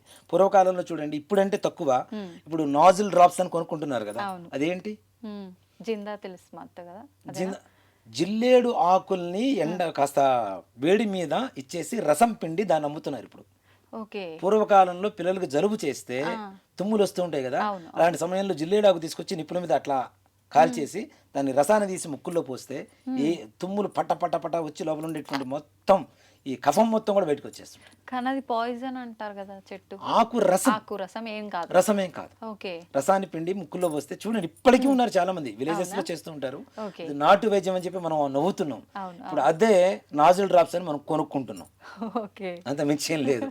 దీంట్లో మరి జిల్లేడు ఆకులు కూడా చేస్తున్నాం. అంటే ఒక్కొక్క రకమైనటువంటి రోగాన్ని పోగొట్టేటువంటి లక్షణాలు ఈ పత్రిలో మాత్రమే ఉన్నాయి. అది తెలుసుకొని పూజ చేస్తే ఆనందం. మన దేహానికి, ఇందాక చెప్పే కదా, మన దేహానికి ఏం కావాలో అది భగవంతుడు ఇస్తున్నాడు. ఆయన పేరు చెప్పుకొని మనం స్వీకరిస్తున్నాం ఆరోగ్యాన్ని. నిజంగానే మీరు అన్నట్టు బావి దాకా ఏమో గానీ పూజలు అయితే చేస్తుంటారు ప్రతి ఒక్కరు. కానీ ఎవరైనా పిల్లలుండి అమ్మ ఇది ఎందుకు చేస్తున్నావు అని అంటే ఫస్ట్ వాళ్ళ దగ్గర కూడా సమాధానం లేని కాలంలో ఉన్నాం. అయితే గురుగారు, ఇంకొక క్వశ్చన్. ఇప్పుడు విగ్రహం తేవడానికి వెళ్ళిన తర్వాత కూడా చాలా మంది ఆలోచిస్తుంటారు. నేను కూడా స్టార్టింగ్లో నాకు తెలియనప్పుడు ఏంది వీళ్ళు ఇట్లా అడుగుతున్నారు, ఎటువైపు ఉంటే ఏంది అని చెప్పి. అది ఏంటంటే తొండం కుడివైపున ఉండడం ఉన్న విగ్రహాన్ని తెచ్చుకుంటే మంచి శుభం కలుగుతుంది, ఎడం వైపుది అంత పనికిరాదు అని చెప్పి. ఇవన్నీ నిజంగా నిజాలేనా? ఉన్నాయమ్మా. దీంట్లో కూడా గణపతికి మనం వామాచారం, దక్షిణాచారం చెప్పి 2 ఆచారాలు చెప్తుంటాం కదా. ఎక్కువగా అమ్మవారికే చెప్తూ ఉంటారు చాలా మంది. వామాచార దక్షిణాచారాలు అనేటువంటి విధానం అమ్మవారికే ఉంది. మధ్య మాంసాలు పెడుతుంటారు, ఇలా ఆచారాలు ఉన్నాయి. అసలు వామాచారం అనేటువంటి మొదలైందే గణపతి దగ్గర. చాలా మందికి తెలియదు అది. ఉచ్చిష్ట గణపతి అనేటువంటి ఒక విధానం ఉంటుంది, గణపతికి పూజ ఉంటుంది. ఉచ్చిష్టము అంటే ఏంటి? ఎంగిలి. ఉత్తిష్టము అంటే లేవటం, ఉచ్చిష్టము అంటే ఎంగిలి. స్వామివారికి నివేదన పెట్టినటువంటి ఉండ్రాళ్ళు మనం తింటూ మంత్రోచ్చారణ చేస్తూ ఉపాసన చేసేటువంటి విధానం ఉంది. ఇది ఏ ప్రాంతంలో చేస్తుంటారు? అసలు ఏ ప్రాంతంలోనే ఉంది, చాలా నిగూఢంగా ఉంటుంది, ఎవరికి బయటికి తెలియదు. అసలు ఉచ్చిష్ట గణపతి అనేటువంటి గణపతి ఉంటాడన్న విషయం కూడా చాలా మందికి తెలియదు. ఉచ్చిష్ట గణపతికి తొండం ఎడం వైపు ఉంటుంది, వరసిద్ధి వినాయకుడికి కుడి చేతి వైపు ఉంటుంది. అంటే సాత్వికం, సింపుల్. వామాచారము అంటే ఎడం చేత్తో చేసేటువంటిది, అవునా? దక్షిణాచారం అంటే కుడి చేత్తో చేసేటువంటిది. దక్షిణం వైపు తొండం తిరిగి ఉంటే దక్షిణాచారం సాత్వికం, ఎడం చేతి వైపు తిరిగి ఉంటే వామాచారం కొంచెం శక్తివంతం. ఓకే. కాబట్టి కుడి చేతి వైపు తిరుగున్నదే ప్రసన్నంగా ఉంటుంది. ప్రసన్నంగా ఉంటుంది. ఓకే. శుక్లాం వరధరం విష్ణుం ప్రసన్నవదనం అని చెప్పి చూస్తున్నాను. అవును అవును అవునా? శ్లోకంలో. ప్రసన్నవదనం అంటే ఎట్లుండదు, ప్రశాంతంగానే ఉంటుంది. అలాగే ఆయన అంత ప్రశాంతంగా ఉంటున్నాడు. విగ్రహం తెచ్చుకునేటప్పుడు నిమజ్జనం చేసేటప్పుడు కూడా అంతే ప్రశాంతత ఉండాలి. అది లేకుండా ఇప్పుడు చూస్తున్నాం కదా డీజే సౌండ్లు. అవును. పూజ పావు గంట, మిగిలిన ఎంటర్టైన్మెంట్ ప్రోగ్రామ్ గంటన్నర 2 గంటలు. రాత్రి నిద్ర కూడా అక్కడే కూర్చొని చేస్తూ ఉంటారు. అవును. క్యారమ్ బోర్డ్స్ పెట్టుకొని. కొన్ని చోట్ల అనకూడదులే కానీ చతుర్ముఖ పారాయణలు ఇవన్నీ కూడా చేస్తుంటారు. గణపతికి పూజ చేయండిరా అంటే ఇవన్నీ చేస్తుంటే గణపతి మాత్రం ఏం చేస్తాడు? అంతే. అవునా? అవును. ఇప్పుడు వినాయకుడిని తీసుకుని వెళ్ళేటప్పుడు మంగళ వాయిద్యాలతో తీసుకెళ్ళండి. ఈ డీజే సౌండ్లు డప్పులు గిప్పులు ఇవన్నీ పెట్టుకోని మనకి కాదు కదా. అవును. మంగళ వాయిద్యాలు, మంగళం అంటే శుభం. ఆయన మనకి శుభాన్ని చేకూరుస్తున్నాడు కాబట్టి శుభాంతో చక్కగా తీసుకెళ్ళాలి. ఒక చిన్న కథ కూడా ఉందమ్మా. అంటే చాలా రోజుల క్రితం నుంచి ఎవరు చెప్పే ఉంటారు ఎక్కడో చోట. కానీ హుస్సేన్ సాగర్, మన హైదరాబాద్లో ఉన్న హుస్సేన్ సాగర్లో ఒక పడవలో 3 వెళ్తున్నారు. ఒక క్రిస్టియన్, ఒక హిందువు, ఒక ముస్లిం. ఇది తెలిసే ఉంటుంది చాలా మందికి. బాగా వరదలు వచ్చేసినాయి. ముస్లిం అతను ఉండి అలా నన్ను కాపాడని చెప్పి అడిగాట. ఆయన వచ్చి తీసుకుని వెళ్ళి కాపాడాడు. అలాగే క్రిస్టియన్ జీసస్ నన్ను కాపాడనగానే జీసస్ వచ్చి ఆయన కాపాడని తీసుకుని వెళ్ళాడు. హిందూ వచ్చి గణపతిని ప్రార్థిస్తున్నట, నువ్వు నన్ను కాపాడయ్యా కాపాడయ్యా. ఈ గణపతి మాత్రం హుస్సేన్ సాగర్ ఒడ్డు మీద నిల్చొని నాట్యం చేస్తున్నట్ట.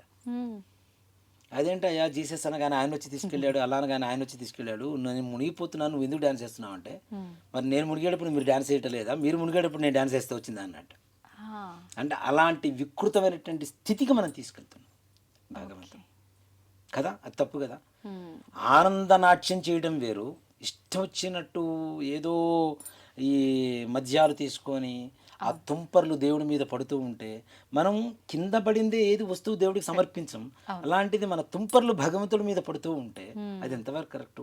అంతవరకు పూజ చేసి, అంత పవిత్రంగా పూజ చేసి, ఈ డప్పుల మధ్యలో ఈ డీజేల మధ్యలో ఇష్టం వచ్చినట్టు మద్యం సేవించి అరుస్తూ దేవుడి మీద ఎక్కి, ఇంకోటి కూడా నేను నిషేధం అని చెప్తాను. భగవంతుడికి వినాయకుడికి లడ్డు నివేదన పెడుతూ ఉంటారు కదా. అసలు లడ్డు పెట్టమని ఎవరు చెప్పారు? ఏ శాస్త్రాల్లో ఉంది? ఎక్కడా లేదు. మోదక ప్రియుడు ఆయన. మోదకం అంటే ఉండ్రాళ్ళు కదా. మోదకం అంటే ఉండ్రాళ్ళు కూడా కాదు, మోదకం అనేటువంటిది ఒక పిండి వంట. ఉండ్రాళ్ళు వేరు, మోదకం వేరు. కనీసం అంత చేయలేని పక్షంలో కనీసం ఉండ్రాళ్ళు అన్న పెడుతున్నాం. ఆయన చేతిలో ఆయన ఉండేది వరదాభయ హస్తాలతో ఇలా ఉంటాడు. ఆయన స్టిల్ మార్చేసి ఇలా పెట్టేసాం మనం చేతిలో లడ్డు పెట్టడానికి. ఈ లడ్డూని పెట్టేసి దీన్ని లక్షలకి కోట్లకి వేలాలు వేసి భగవంతుడు ప్రసాదం వేలం వేయటం ఏమిటి? పెడితే ఇంకంతా అందరికి పెట్టుపో, నీ నైవేద్యం పెట్టావు నీ భక్తి కొద్దీ. ఆ లడ్డే అందరికి ప్రసాదంగా నైవేద్యంగా సమర్పించాలి. దాన్ని వేలం వేసి భగవంతుడికి రేట్లు పెట్టి దాంట్లో పాల్గొనాలంటే ముందుగా రిజర్వేషన్లు అని, అడ్వాన్సులు అని. ఈ అంటే భగవంతుడు కమర్షియల్ అయిపోతున్నాడా? భగవంతుడిగా ఉండి చూస్తున్నామా మనం? అది తప్పు కదా. నివేదనగా అక్కడ పెట్టాల్సింది లడ్డు కూడా కాదు, మోదకం పెట్టాలి. అందుకనే భగవంతుడు ఎప్పుడు ఇలా మనకి వరదాన్ని అభయాన్ని ఇచ్చేటువంటి స్థితిలో ఉంటాడు, కానీ మన దగ్గర నుంచి తీసుకునే పరిస్థితులు ఇలా ఉండడు ఆయన కదా. కాబట్టి భగవంతుడికి అలా చేయటం అనేది కూడా తప్పు. అవి కూడా అసలు నిషేధించాలనే చెప్తాను నేనైతే. కాబట్టి ఇప్పుడున్న పరిస్థితిలో మనం చెప్తే నేను శత్రువు అవుతానేమో, కానీ శత్రువు అయినా పర్లేదు, నిజం చెప్పడం అనేది మన ధర్మం. కాబట్టి ధర్మాన్ని ఇప్పుడు కాకపోతే భవిష్యత్ కాలంలో అయినా సరే కనీసం ఎప్పుడైనా ఒకసారి ఈ వీడియో చూసిన వాళ్ళు ఇది మనం చేస్తున్న తప్పు కదా అనేటువంటి ఒక భావన ఒక మనసులోకి వచ్చి ఒక్కళ్ళు మారినా చాలు, మనం వీడియో చేసిన దానికి పరమార్థం దక్కినట్టే మనకి. ఏమ్మా గణపతి స్వామి వారికి పూజ చేద్దాం. మరలా ఆచమనం చేయండి. 3 సార్లు చేతిలో నీళ్ళు వేసి 3 సార్లు చేతిలో నీళ్ళు వేసుకుని తాకండి అన్న. ఆచమ్యాకేశవాయ స్వాహ, ఓం నారాయణాజ స్వాహ, ఓం మాధవాజ స్వాహ. చేయకట్టుకోండి. గోవిందాయ నమః, విష్ణవే నమః, సూదనాయ నమః, త్రివిక్రమాయ నమః, వామనాయ నమః, శ్రీధరాయ నమః, ఋషికేశాయ నమః, పద్మనాభాయ నమః, దామోదరాయ నమః, సంకర్షణాయ నమః, వాసుదేవాయ నమః, ప్రద్యుమ్నాయ నమః, నిరుద్ధాయ నమః, పురుషోత్తమాయ నమః, అధోక్షజాయ నమః, నరసింహాయ నమః, అచ్యుతాయ నమః, జనార్దనాయ నమః, ఉపేంద్రాయ నమః, హరయే నమః, శ్రీకృష్ణాయ నమః, శ్రీకృష్ణ పరబ్రహ్మణే నమో నమః. అక్షతలు తీసుకోండి.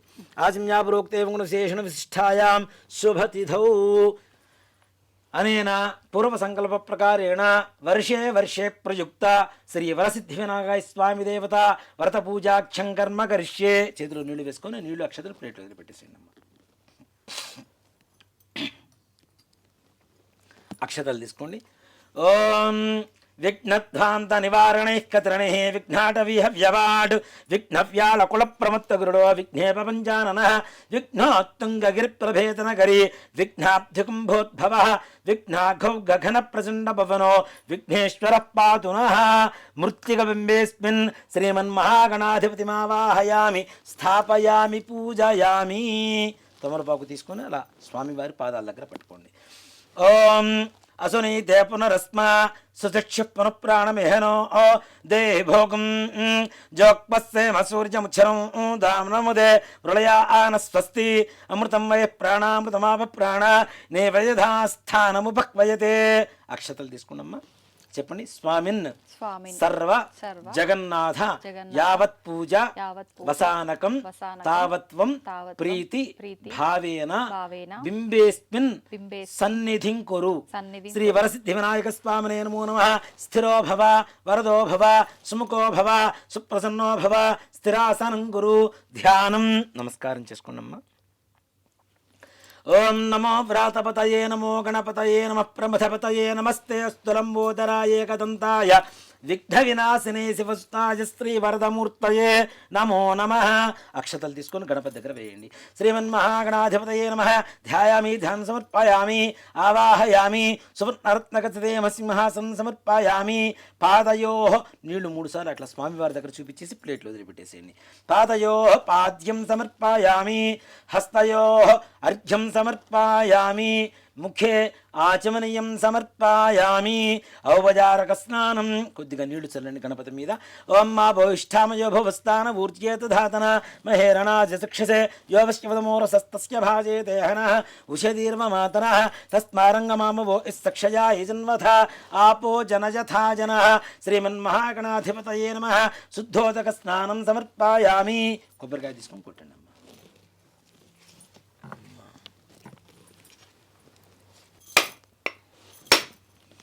ఓం యా ఫల నిర్యాబలా విష్ణాయాస్త పుష్పణీ బృహస్పతి ప్రసూతా స్థానో ముంఛన్వగుం హసః.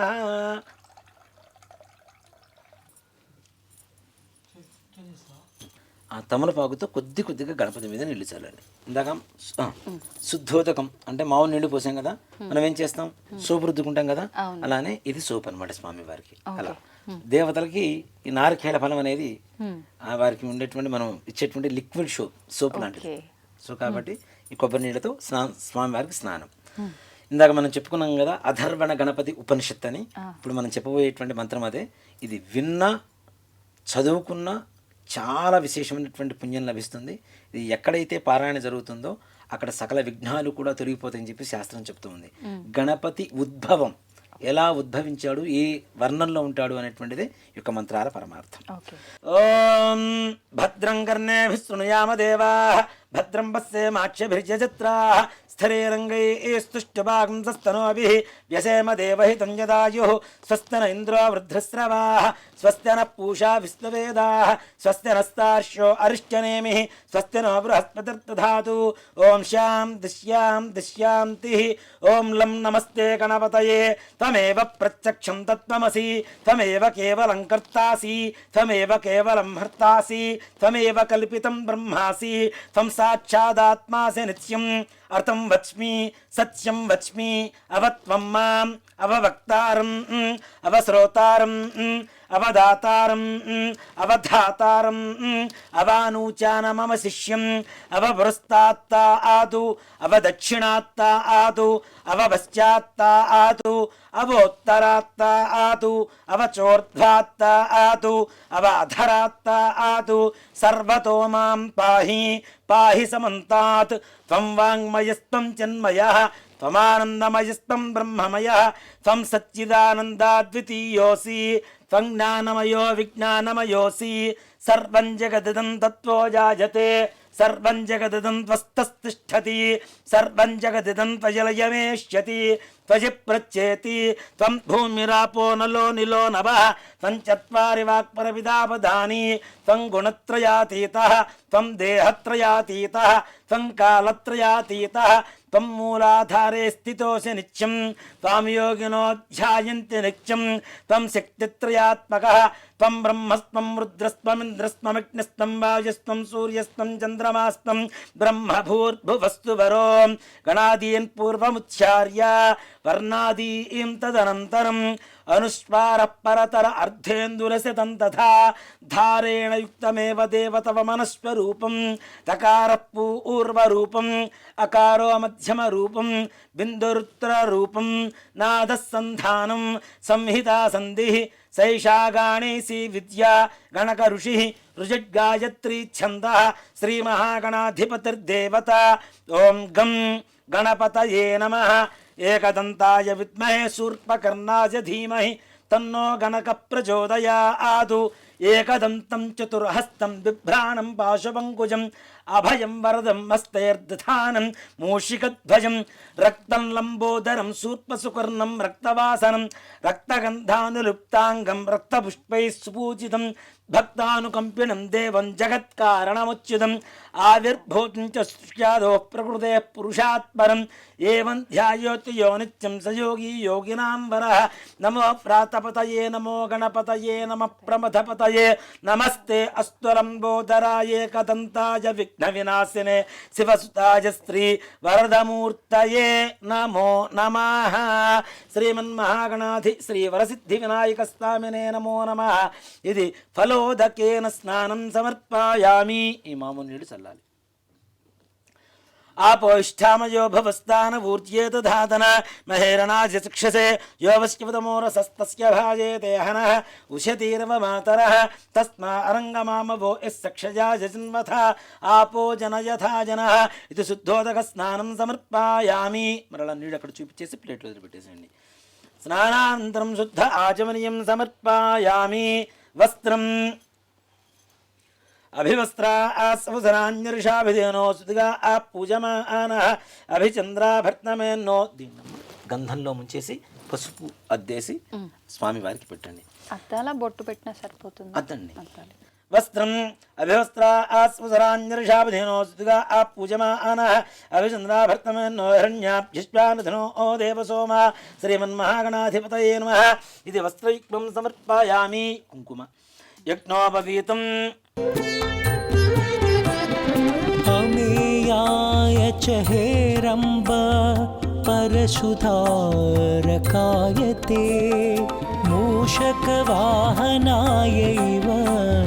विश्वेशाय नमो नमः యజ్ఞోపవీతం ధర్మం పవిత్రం ప్రజాపతేర్యత్సహజం పురస్తాదు ఆయుష్యమగ్నిం వ్రతం చ శుభ్రం యజ్ఞోపవీతం బలమస్తు తేజ ఇది యజ్ఞోపవీతం సమర్పయామి గంధాన్ని పుష్పంతో తీసుకొని స్వామివారికి అలా గంధద్వారాందురాధిష్టాం నిత్యపుష్టాంగరీషణీం ఈశ్వరేకం సర్వభూతానాం స్వామిహో భక్వయే స్త్రియం ముందుగా ఒట్టి గంధం శ్రీ వరసిద్ధి వినాయక స్వామినే నమో నమః శ్రీగంధాంధారయామి ఒక పుష్పానికి పసుపు ఒక పుష్పానికి కుంకుమ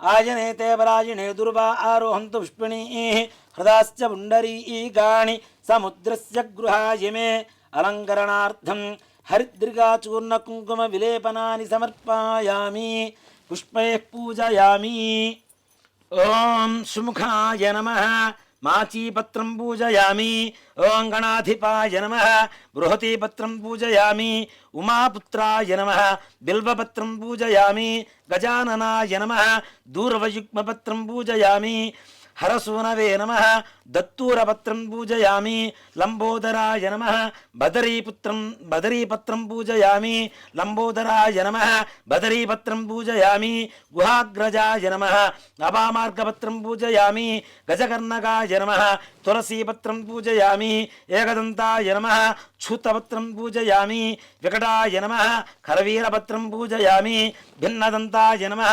విష్ణుకరాంతపత్రం పూజయామి వటవే నమః దాడిమీపత్రం పూజయామి పూజయామి. ఓం సర్వేశ్వరాయ నమః. దేవదారుపత్రం పూజయామి. ఓం ఫాలచంద్రాయ నమః. మరవకపత్రం పూజయామి. ఓం హేరంబాయ నమః. సింధువారపత్రం పూజయామి.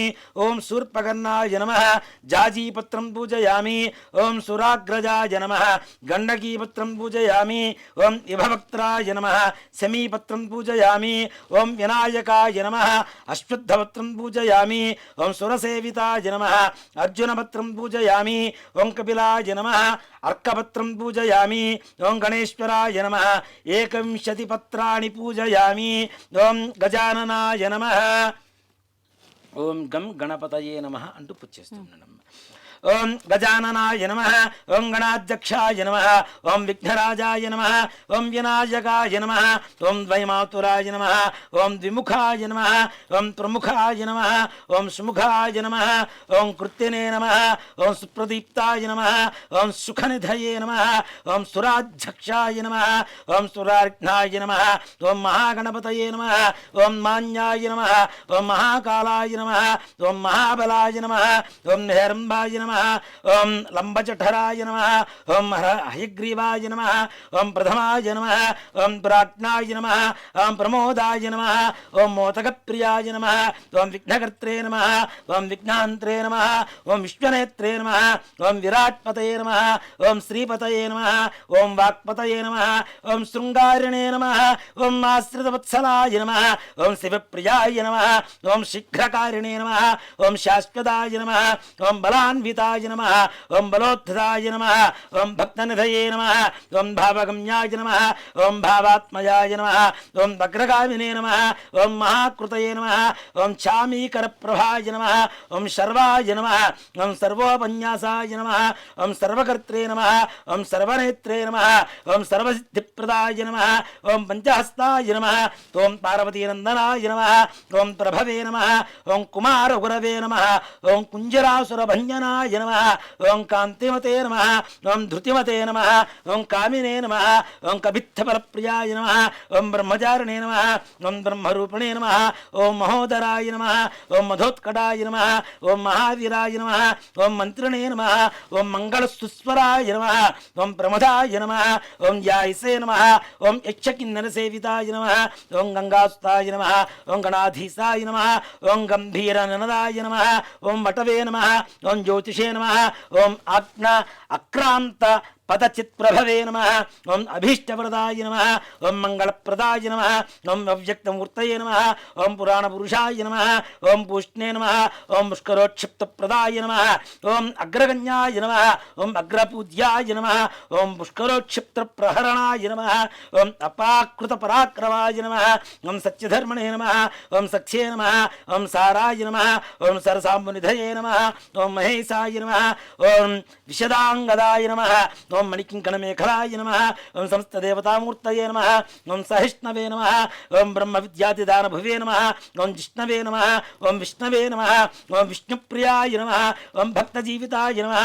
ఓం ఐశ్వర్యకారణాయ నమః. ఓం సదోత్థితాయ నమః. ఓం విశ్వదృశే నమః. ఓం విశ్వరక్షాధి విధానకృతే నమః. ఓం కళ్యాణగురవే నమః. ఓం ఉన్మత్తవేషాయ నమః. ఓం పరజైనే నమః. ఓం సమస్తజగదాధారాయ నమః. ఓం సర్వేశ్వర్యప్రదాయ నమః. ఓం శ్రీ విఘ్నేశ్వరాయ నమః. ఓం నానావిధ పరిమళపత్ర పుష్ప అక్షతాని సమర్పయామి. విశ్వేశాయ నమో నమః.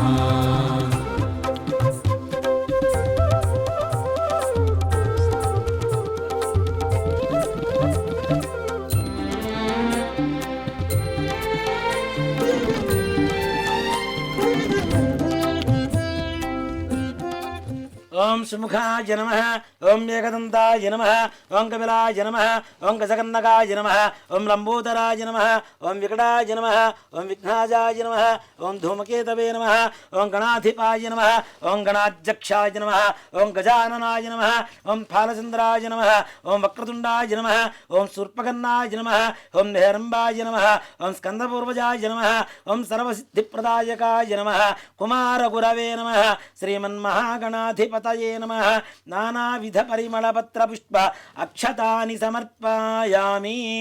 ధూపం పెట్టేస్తున్నాడు. ఆ షాట్ పడుతుంది.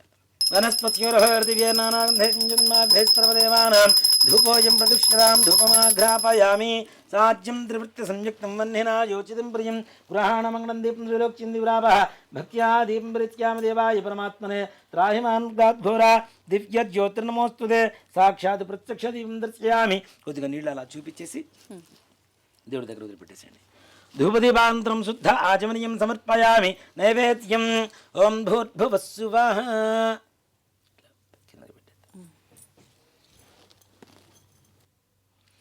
ఓం భూర్భువస్సువః. ఓం తత్సవితుర్వరే. ఇట్లా నీళ్లు చల్లండి. ఓం తత్సవితుర్వరేణ్యం భర్గో దేవస్య ధీమహి. ఇలా చుట్టూ తిప్పండి. సత్యం వర్త్యేన పరిణితియామి అమృతమస్తోమృతో వస్త్రామసి. శ్రీ వరసిద్ధివినాయక స్వామినే నమః. అవసరార్థం నారికేళ సకలాన్ దాడిమీ ఫలాన్ బహుబీజ ఫలాన్ వేదయామి. ఓం ప్రాణాయ స్వాహ. ఓం అపానాయ స్వాహ. ఓం జ్ఞానాయ స్వాహ. ఓం ఉదానాయ స్వాహ. ఓం సమానాయ స్వాహ. 6 సార్లు నీళ్ళు అక్కడ చూపించేసి ప్లేట్ వదిలిపెట్టేసండి అమ్మా. స్వామివారి దగ్గర చూపించి మధ్య మధ్య ఉదకవాణీం సమర్పయామి. అమృతాభిధానమసి. ఉత్తరాభూషణం సమర్పయామి.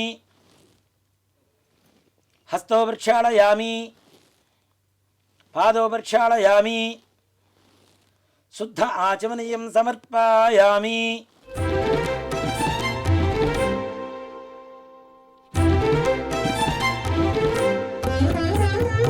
అనంత విభవాయైవ తాంబూలం సూగీఫలైస్తకర్పూరేర్నాకవల్లీధలేరుచితం ముక్తాచూర్ణసమాయుక్తం తాంబూలం ప్రతిగృహ్యతాం.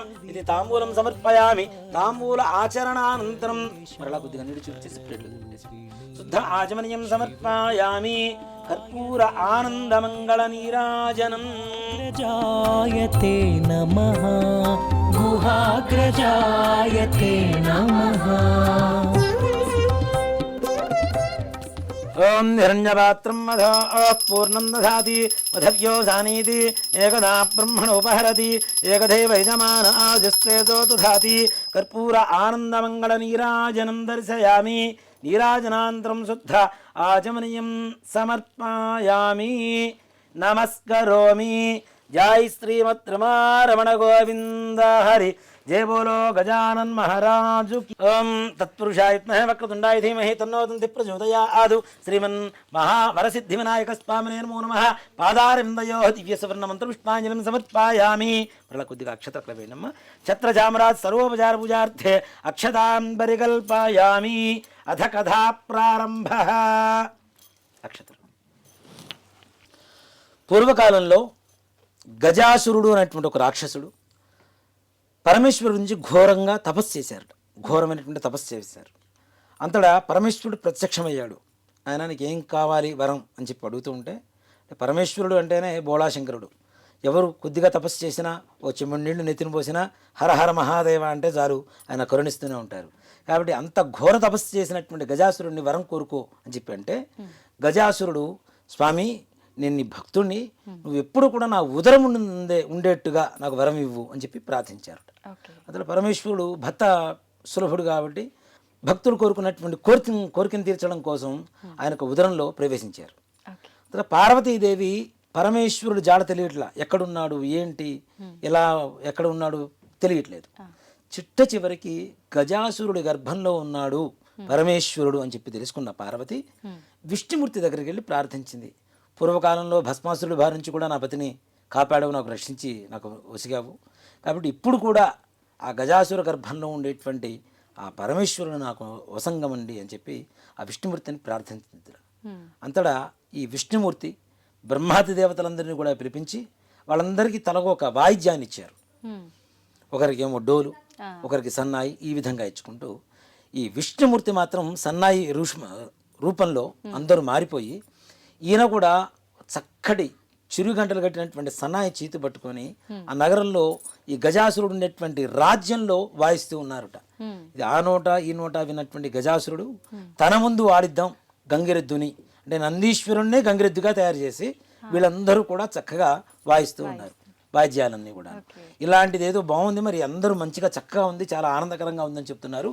కాబట్టి నేను కూడా ఆ యొక్క వాయిద్యాన్ని ఆ గంగిరెద్దుల మేళాన్ని చూద్దాము అనేటువంటి ఆలోచనతో ఆయన సభ ముందు ఏర్పాటు చేశారట ఈ గంగిరెద్దుల మేళాన్ని అంతా కూడా.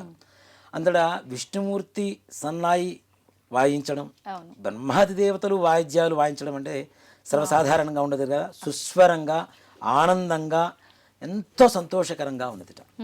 అది చూసినటువంటి గజాసురుడు మీకు ఏం కావాలి కోరుకుని ఇచ్చేస్తాను సంతోషంగా అని చెప్పేశాడు. ఆ సమయంలో విష్ణుమూర్తి ఇది శివుడి వాహనం అయినటువంటి నంది ఆయన్ని కనుక్కోవడానికి వచ్చింది కాబట్టి ఆ శివుణ్ణి ఇవ్వండి అని చెప్పి అడిగారుట ఈ యొక్క విష్ణుమూర్తి. అంతటా గజాసురుడికి అర్థమైంది వచ్చిన ఆయన ఎవరో కాదు, సకల రాక్షస సంహారి అయినటువంటి విష్ణుమూర్తి కాబట్టి నాకు ఈ మరణం తప్పదు అని చెప్పి ఆ విష్ణుమూర్తికి ప్రార్థించి శివుణ్ణి కూడా ఒక వరాన్ని కోరుకున్నారట.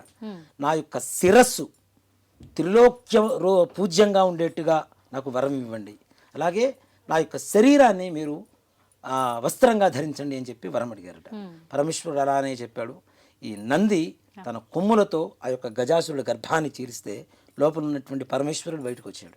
ఇప్పుడు విష్ణుమూర్తి చెప్పాడు, నాయన ఇష్టం వచ్చినటువంటి వాళ్ళందరికీ ఇట్లాంటి పిచ్చి పిచ్చి కోరికలు కోరుతూ ఉంటారు, అందరికీ వరాలు ఇచ్చుకుంటూ పోతే ఇలాంటి కష్టకాలాలు వస్తుంటాయి. అప్పుడు భస్మాసురుడు, ఇప్పుడేమో గజాసురుడు, కాబట్టి జాగ్రత్తగా వరం ఇచ్చేటువంటి విషయంలో కూడా చాలా జాగ్రత్తగా ఆలోచించి ఇవ్వాలి అని చెప్తే అలానే అని చెప్పి ఎవరు లోకాలకి వారు బ్రహ్మాది దేవతలు విష్ణుమూర్తి అందరూ వాళ్ళ లోకాలకు వాళ్ళు వెళ్ళిపోయారు.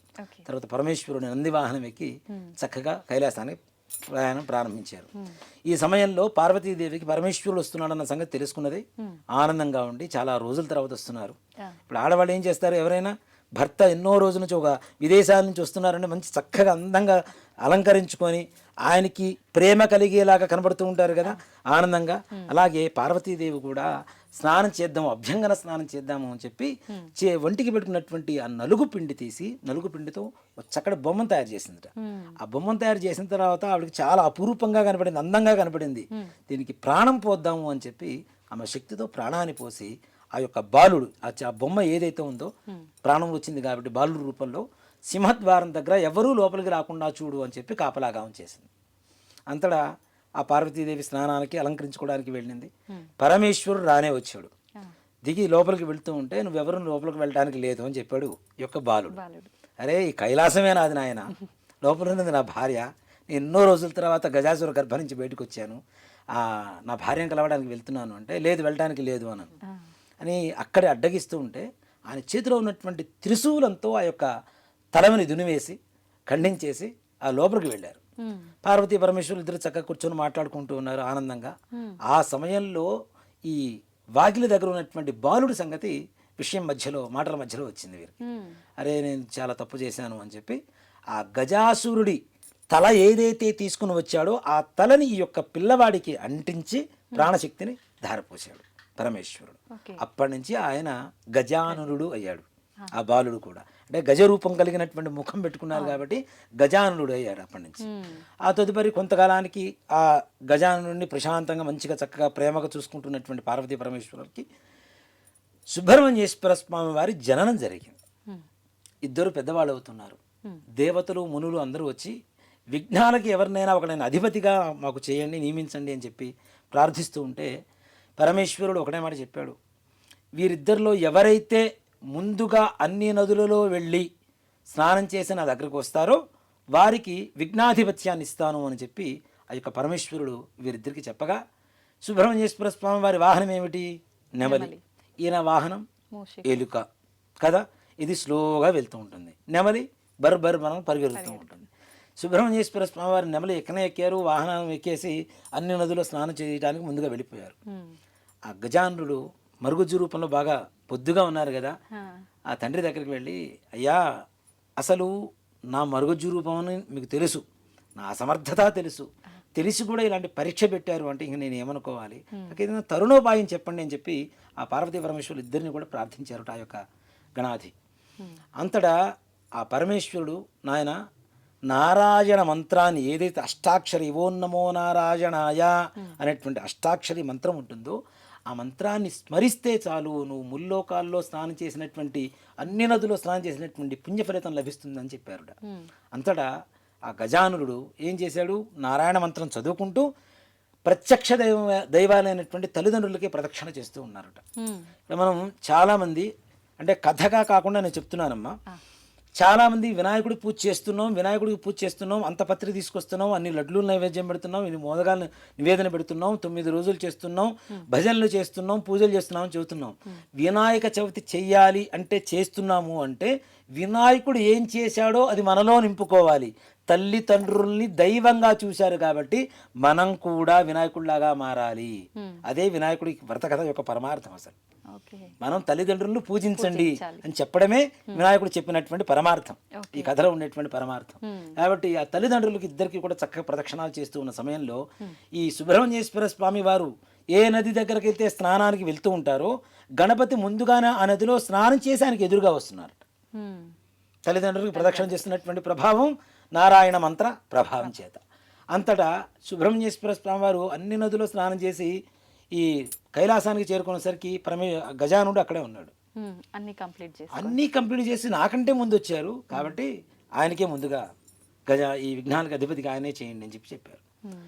భాద్రపద శుద్ధ చవితి రోజున ఈ గజానుడికి విఘ్నాలకి అధిపతిగా చేసి ఆయనకి విఘ్నేశ్వరుడు అనేటువంటి నామకరణం చేశారు. అంతటా ప్రపంచం మొత్తానికి ఉండేటువంటి విఘ్నానికి అధిపతిగా ఉండేటువంటి విఘ్నేశ్వరుడికి ఆ రోజున అందరూ పూజ చేస్తారు కదా. కుడుములు, ఉండ్రాళ్ళు, లడ్డూలు, కొబ్బరి అలానే పండ్లు, ఫలాలు అనేక రకాలుగా నివేదనలు పెడితే ఆయన కడుపులో పట్టినన్ని పట్టించుకొని కొన్ని తన వాహనమైనటువంటి ఎరుకకి ఇచ్చి కొన్ని చేత ధరించి చక్కగా పట్టుకొని కైలాసానికి వచ్చారట. తల్లిదండ్రులు చూశారు. అదే రోజున ఇప్పుడు పట్టాభిషేకం చేసినప్పుడు తల్లిదండ్రులకు నమస్కారం చేయాలి కదా.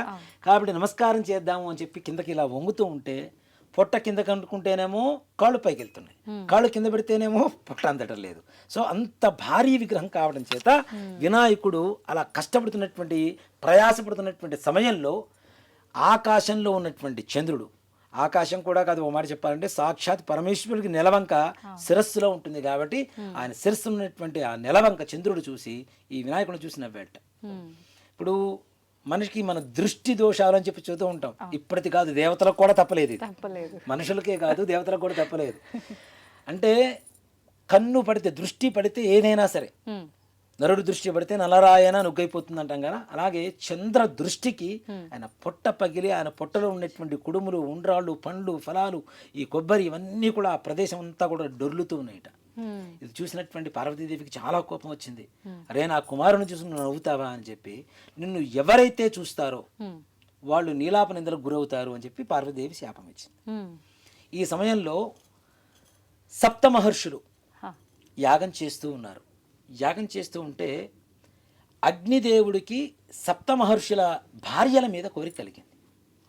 ఆ సంగతి అరుంధతి తెలుసుకున్నది. తెలుసుకొని ఆమె రూపం తప్పించి మిగిలిన 6 పత్నుల రూపం అంతా కూడా ఆవిడే అవతరించి వాళ్ళందరికీ కూడాను, వాళ్ళందరూ ఇక్కడే ఉన్నారు, ఋషిపత్నులు మాత్రం ఋషులతో ఉన్నారు. కానీ ఒక అగ్నిదేవుడితో ఉండేటువంటి ఈ 6 మాత్రం ఋషిపత్నుల రూపంలో అరుంధతీదేవి మాత్రమే ఆ రూపాన్ని అక్కడ కలుగజేసింది, మాయా రూపంలో. ఇది చూసినటువంటి ఋషులందరూ కూడాను మా భార్యలే ఆయన దగ్గర ఇలా ఉన్నారు అని చెప్పి చాలా ఎడబాటు చేసుకున్నారు ఇద్దరు కూడా, భార్యాభర్తలంతా, ఋషిపత్నులందరూ కూడా. ఈ సమయంలో అరుంధతి వచ్చి వాళ్ళెవరూ కూడా నిజమైన రూపాలు కాదు, నా మాయ వల్ల కలిగినటువంటిది అని చెప్పి వారికి చెప్పిన తర్వాత వారికి ఈ శాపం ఉపశమనం కలిగింది. ఇదంతా కూడా ఎందువల్ల జరిగింది అంటే ఈ ఋషిపత్నులందరూ కూడాను చంద్రుని చూసినటువంటి కారణం చేతనే ఈ యొక్క శాపం కలిగింది. వాళ్ళకి నీలాప నిందలు వచ్చినాయి కదా, భర్త నుంచి ఎడబాటైంది కదా, అలా ఋషులకు కూడా ఆ నీలాప నిందలు తప్పలేదు. కాబట్టి ఈ ఋషులు దేవతలందరూ కూడాను పార్వతీదేవి దగ్గరికి వచ్చి ఆ మృతి చెందినటువంటి ఆ బాలుణ్ణి ప్రాణశక్తితో లేపి, తల్లి ఈ చంద్రుడిని చూడకుండా ఉండడం అనేది చాలా కష్టమైనటువంటి పని, కాబట్టి చంద్రుని చూసిన నీలాప నిందలు తొలగేటువంటి మార్గం ఏదైనా చెప్పండి అని చెప్పింది. ఆవిడ ఏ రోజైతే నా కుమారుడికి ఈ రకమైనటువంటి అవమానం జరిగిందో భాద్రపద శుద్ధ చవితి నాడు మాత్రం ఎవరూ చంద్రుడిని చూడరాదు, ఆ రోజున చూస్తే నీలాప నిందలు కలుగుతాయని చెప్పి పార్వతీదేవి ముందు ఇచ్చినటువంటి శాపానికి ఉపశమనం ఇచ్చిందిట. అంతటా అందరూ కూడాను భాద్రపద శుద్ధ చవితి రోజున వినాయకుడిని పూజ చేస్తున్నారు. చక్కగా ఆ రోజున మాత్రం చంద్రుడిని చూడకుండా అందరూ ఉండిపోతూ ఉన్నారు. ఇలా కొంతకాలం జరుగుతుంది. ఇది యుగాంతరాలలో జరుగుతున్నటువంటి కథ అనేటువంటిది కూడా మనం గుర్తించాలి. అది ఎప్పుడో కైలాసంలో పార్వతీ పరమేశ్వరుల మధ్యలో జరిగినటువంటి కథని మరలా ద్వాపర యుగం దాకా వచ్చింది. ద్వాపర యుగంలో నారద మహాముని శ్రీకృష్ణుని చుట్టానికని వచ్చారు. వచ్చి ఈరోజు భాద్రపద శుద్ధ చవితి కాబట్టి ఈరోజు చంద్రుని ఎవరిని చూడవద్దు అని చెప్పగా ఆ శ్రీకృష్ణుడు కూడా నగరంలో అందరికీ చెప్పి సాడింపు వేయించాడు. ఈరోజు ఎవరు కూడా చంద్రుని చూడరాదు, చూస్తే నీలాప నిందలు వస్తాయని చెప్పి సాడింపు వేయించారు. ఆ తదుపరి నారద మహాముని వెళ్ళిపోగా సత్రాజిత్తు అనేటువంటి ఒక ఆయన స్నేహితుడు కృష్ణుని చుట్టానికి వచ్చాడు. ఆయన చేతిలో ఒక మణి ఉన్నది. ఆ మణినే శమంతకమణి అంటారు. ఈ శమంతకమణి నాకు సూర్య భగవానుడి అనుగ్రహం చేత నాకు కలిగింది అని చెప్పి శమంతకమణిని చూపించడానికి ఆ సత్రాజిత్తు శ్రీకృష్ణుడి దగ్గరికి వచ్చారట. వచ్చి చూపించి ఇది చాలా బాగుంది అంటే ఇది నాకు ఇవ్వు అని చెప్పి శ్రీకృష్ణుడు ఆ యొక్క సత్రాజిత్తుని అడిగాడు. ఎంత స్నేహితుడివైనా ఇది రోజుకి 8 బారువుల బంగారం పెడుతూ ఉంటుంది సూర్యుడు అనుగ్రహం చేత, కాబట్టి ఇలాంటి మణిని ఎవరన్నా ఇస్తారా, నేను ఇవ్వను కాక ఇవ్వను అని చెప్పి వెళ్ళిపోయారు. ఆ రోజు రాత్రి సమయం అయ్యేసరికి కృష్ణుడికి ఏంటి క్షీరప్రియుడు కదా, వెన్నపూస ఎంతసేపటికి పాలు ఉండాలి ఆయనకి, అవి ఉంటే చాలు అని చెప్పి పాలు పితుకుకుందాము గోవు దగ్గర అని చెప్పి వెళ్ళి పాలు పితుకుతూ ఆ గిన్నెలో భాండంలో చంద్రుని ప్రతిబింబం చూశారట. డైరెక్ట్గా చూసినా చూడకపోయినా పరోక్షంగా, ప్రత్యక్షంగా లేకపోయినా పరోక్షంగా చూశారు. అప్పుడు కృష్ణుడికి అర్థమైంది ఎలాంటి నీలాప నిందలు వస్తాయో అని చెప్పి. అలా కొన్ని రోజులకి ఈ సత్రాజిత్తు తమ్ముడు ప్రసేనుడు అనేటువంటి ఒక రాజు, యువరాజు ఆ యొక్క శమంతకమణిని చక్కగా ఒక ఆభరణలాగా ధరించి అడవికి వేటకి వెళ్ళిపోయాడు. ఈయన మెడలో ఉన్నటువంటి ఆ మణి చూడటానికి రక్తం మాంసాల ముద్దలాగా కనపడుతుందిట, ఎర్రగా. అది చూసినటువంటి ఒక సింహం ఏం చేసింది, ఈయన మీద దునిమి ఈయన మొత్తం సంహరించి అది పట్టుకొని ఆ మణిని పట్టుకొని వెళ్ళిపోతున్న సమయంలో భల్లూకం అంటే ఎలుగుబంటు అంటాం మనం కదా, జాంబవంతుడు అనేటువంటి ఒక భల్లూకం ఈ సింహం దగ్గర ఉన్నటువంటి మణిని చూసి సింహాన్ని సంహరించి ఆ యొక్క మణిని తీసుకొని వెళ్ళి చక్కగా తమ కుమార్తెకి ఆట వస్తువుగా ఇచ్చారట. ఇలా కొంతకాలం జరుగుతూ ఉండగా తమ్ముడు రావట్లేదు, తమ్ముడు జాడ తెలియట్లేదు. ఈ సత్రాజిత్తు నా తమ్ముడిని శ్రీకృష్ణ భగవానుడే చంపి ఆ యొక్క మణిని అపహరించాడు అని చెప్పి ఊళ్ళో అందరికీ చెప్పడం మొదలుపెట్టారు. అది విన్నటువంటి శ్రీకృష్ణుడు ఆ రోజు నేను ఆ చంద్రుని చుట్టం వల్లనే నాకు ఇట్టి శాపం వచ్చింది, లీలాపనిందులు వచ్చినాయి, వీటిని నేనే బాపుకోవాలి అని చెప్పి ఆ ప్రసేనుడు వెళ్ళినటువంటి అడవి మార్గం ద్వారా వెళుతూ ఉంటే కొంత దూరం ప్రయాణం చేసేసరికి ప్రసేనుడి కళేవరం అస్థిపంజరం కనబడింది. అక్కడి నుంచి సింహపు కాలి జాడలు, సింహం నడుస్తుంటే కాలి జాడలు పడుతుంటాయి కదా అడుగులు, ఆ అడుగులు నడుచుకుంటూ దాన్ని అనుసరించుకుంటూ వెళ్తే అక్కడి నుంచి సింహం సంహరింపబడింది. అక్కడి నుంచి భల్లూకం ఎలుగుబంటూ ఈ కాలి జాడలు కనబడేట, వాటిని కూడా అనుసరించుకుంటూ వెళ్ళిపోతే ఒక గుహ కనపడింది. ఆ గుహ లోపలికి వెళ్ళిన తర్వాత ఒక అమ్మాయి దగ్గర ఈ యొక్క శమంతకమణి కనబడింది. అది తీసుకుందామని చెప్పి దగ్గరికి వెళ్తూ ఉంటే అమ్మాయి గట్టిగా అరిచేసరికి లోపల ఉన్నటువంటి జాంబవంతుడు వచ్చి యుద్ధాన్ని చేస్తూ ఉన్నారట.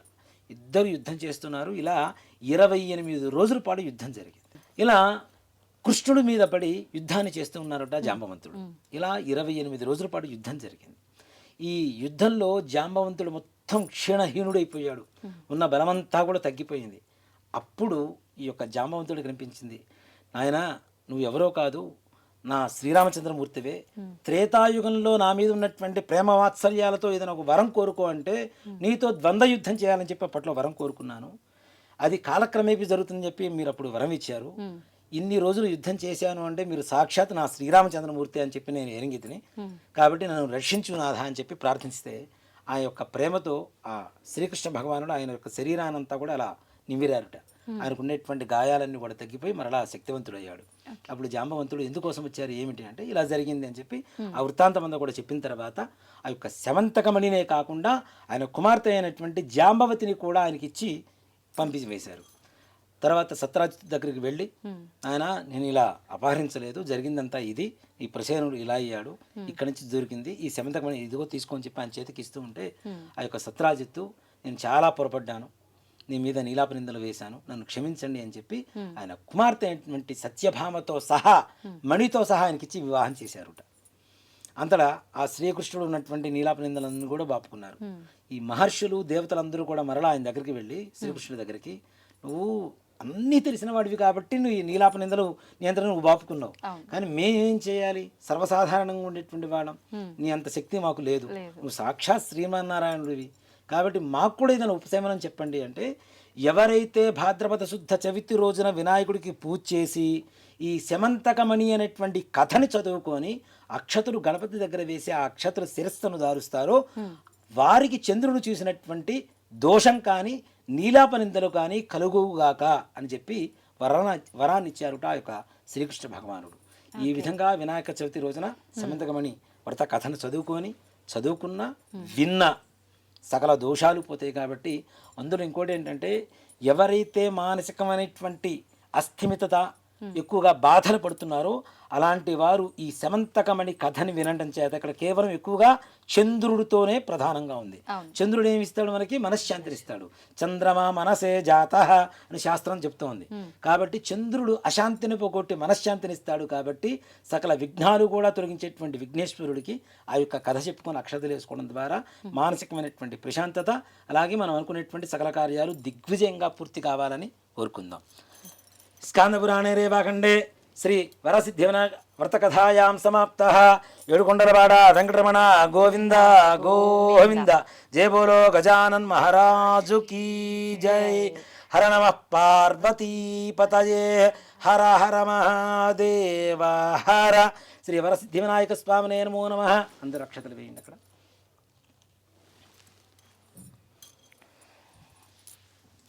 ధ్యానావాహనాది షోడశోపచార పూజాం సమర్పయామి. అగరబత్తి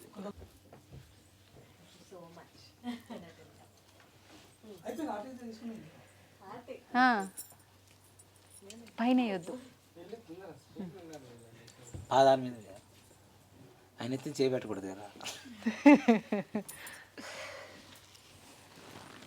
అయిపోయిందా శ్రీకాంత్? వనస్పత్యుర్హృదయనానాగంధైస్పృవదేవానాం ధూపోయం ప్రతిష్ఠితాం. శ్రీ వరసిద్ధి వినాయక స్వామినే నమో నమః. ధూపమాఘ్రాపయామి. దీపారాధన నమస్కారం చేసుకోండమ్మా.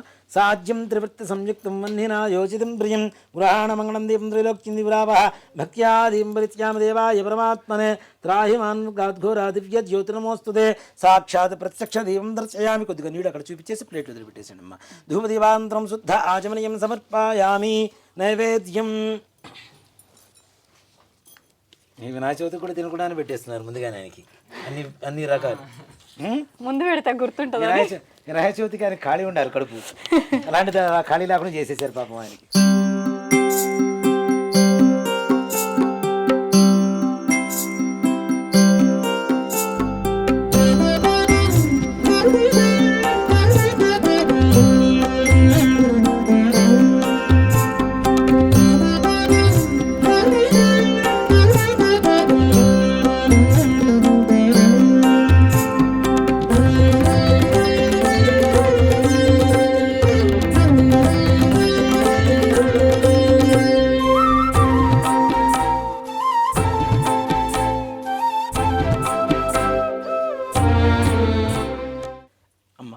తీసుకొని ఈ నివేదన మీద చల్లండి.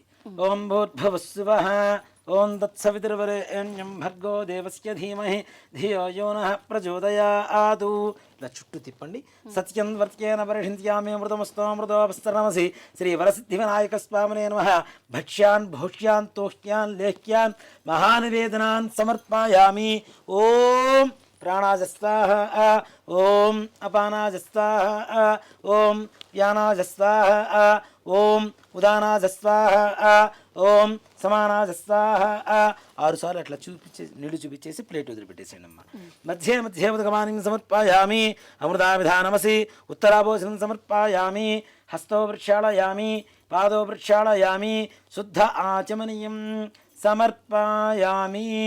తాంబూలం ఫూగీఫలైశ్చ కర్పూరైర్నాగవల్లి దళైర్యుతం ముక్తాచూర్ణ సమాయుక్తం తాంబూలం ప్రతిగృహ్యతాం. తాంబూలం సమర్పయామి. తాంబూల ఆచరణానంతరం శుద్ధ ఆచమనీయం సమర్పయామి. మరలా నీళ్ళు చూపించేసి ప్లేట్ వదిలిపెట్టేసేయండి. కర్పూర ఆనందమంగళ నీరాజనం.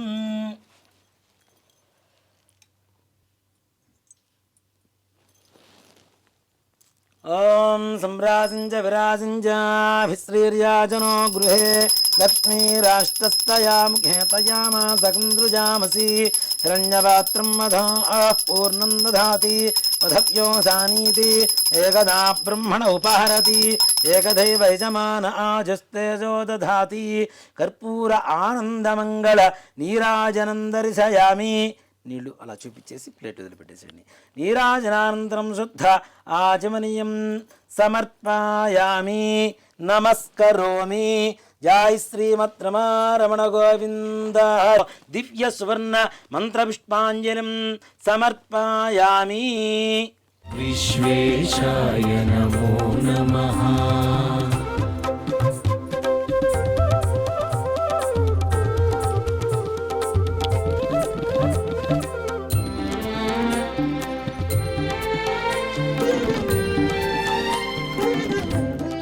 యాని కాని చ పాపాని జన్మాంతరకృతాని చ తాని తాని ప్రణశ్యంతి ప్రదక్షిణం.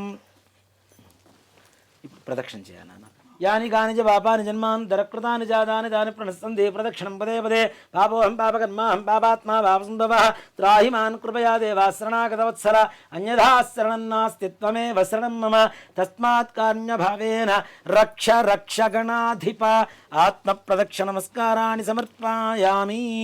ఛత్రమాచ్ఛాదయామి చామరం వీజయామి నృత్యం దర్శయామి గీతం శ్రావయామి ఆందోళికానారోహయామి గజానారోహయామి అశ్వానారోహయామి శకటానారోహయామి సమస్తరాజోపచార శక్త్యోపచార భక్త్యోపచార పూజాం సమర్పయామి. యస్స్మృత్యాజనాముక్త్యదపయాక్రియాషు యూనం సంవృతాం యా శుద్ధ్యం దేదముచ్యుతం. చెప్పండి. మంత్రహీనం క్రియాహీనం భక్తిహీనం గణాధిప యత్పూజితం మయా దేవ పరిపూర్ణం తదస్తుతే. చేతులు నీళ్లు వేసుకొని నీళ్లు అక్షతులు ఆ ప్లేట్లు వదిలిపెట్టేసేయండి అమ్మ. అనేన ధ్యానావాహనాది షోడశోపచార పూజయాజ అష్టోత్తర శతనామార్చనేన అవసరణ వ్యత్యాస భగవాన్ శ్రీ వరసిద్ధివినాయక స్వామదేవతా సుప్రీతా సుప్రసన్నా వరదా భవతు. అస్మిన్ గ్రామే స్థితానాం ప్రజానాం బ్రాహ్మణాది సర్వవర్ణానాం భక్తజనానాం చ వ్యాధి చోర దుర్భిక్ష అతివృష్టి అనావృష్టి రాజబాధాది సర్వోపద్రవశాంతిరస్తు. అయం గ్రామం సుభిక్షం భవతు. అయం దేశం సుభిక్షం భవతు. సర్వే జనాః సుఖినో భవంతు. సమస్త సన్మంగళాని భవంతు. సత్యాః సంతు యజమానస్య కామాః. రోచనో రోచమానః శోభనః శోభమానః కళ్యాణః బ్రాహ్మణవాక్ష్యం సత్యోస్తు తథాస్తు. శ్రీ వరసిద్ధివినాయక స్వామిదేవతా ప్రసాదం యజమాన్యస్య శిరసా గృహ్ణామి. ఓం పర్యాప్త్యానంతరాయాయ సర్వస్థోమోతిరాత్రముత్తరమహద్భవతి సర్వస్యాప్యై సర్వస్య తిథ్యై సర్వమేవ తేన ఆప్నోతి సర్వం జయతి. శ్రీ వరసిద్ధి వినాయక స్వామదేవతానుగ్రహ ప్రసాద సిద్ధి ద్వారా సకల కార్యేషు సర్వత్ర దిగ్విజయతా ఫల సిద్ధిరస్తు.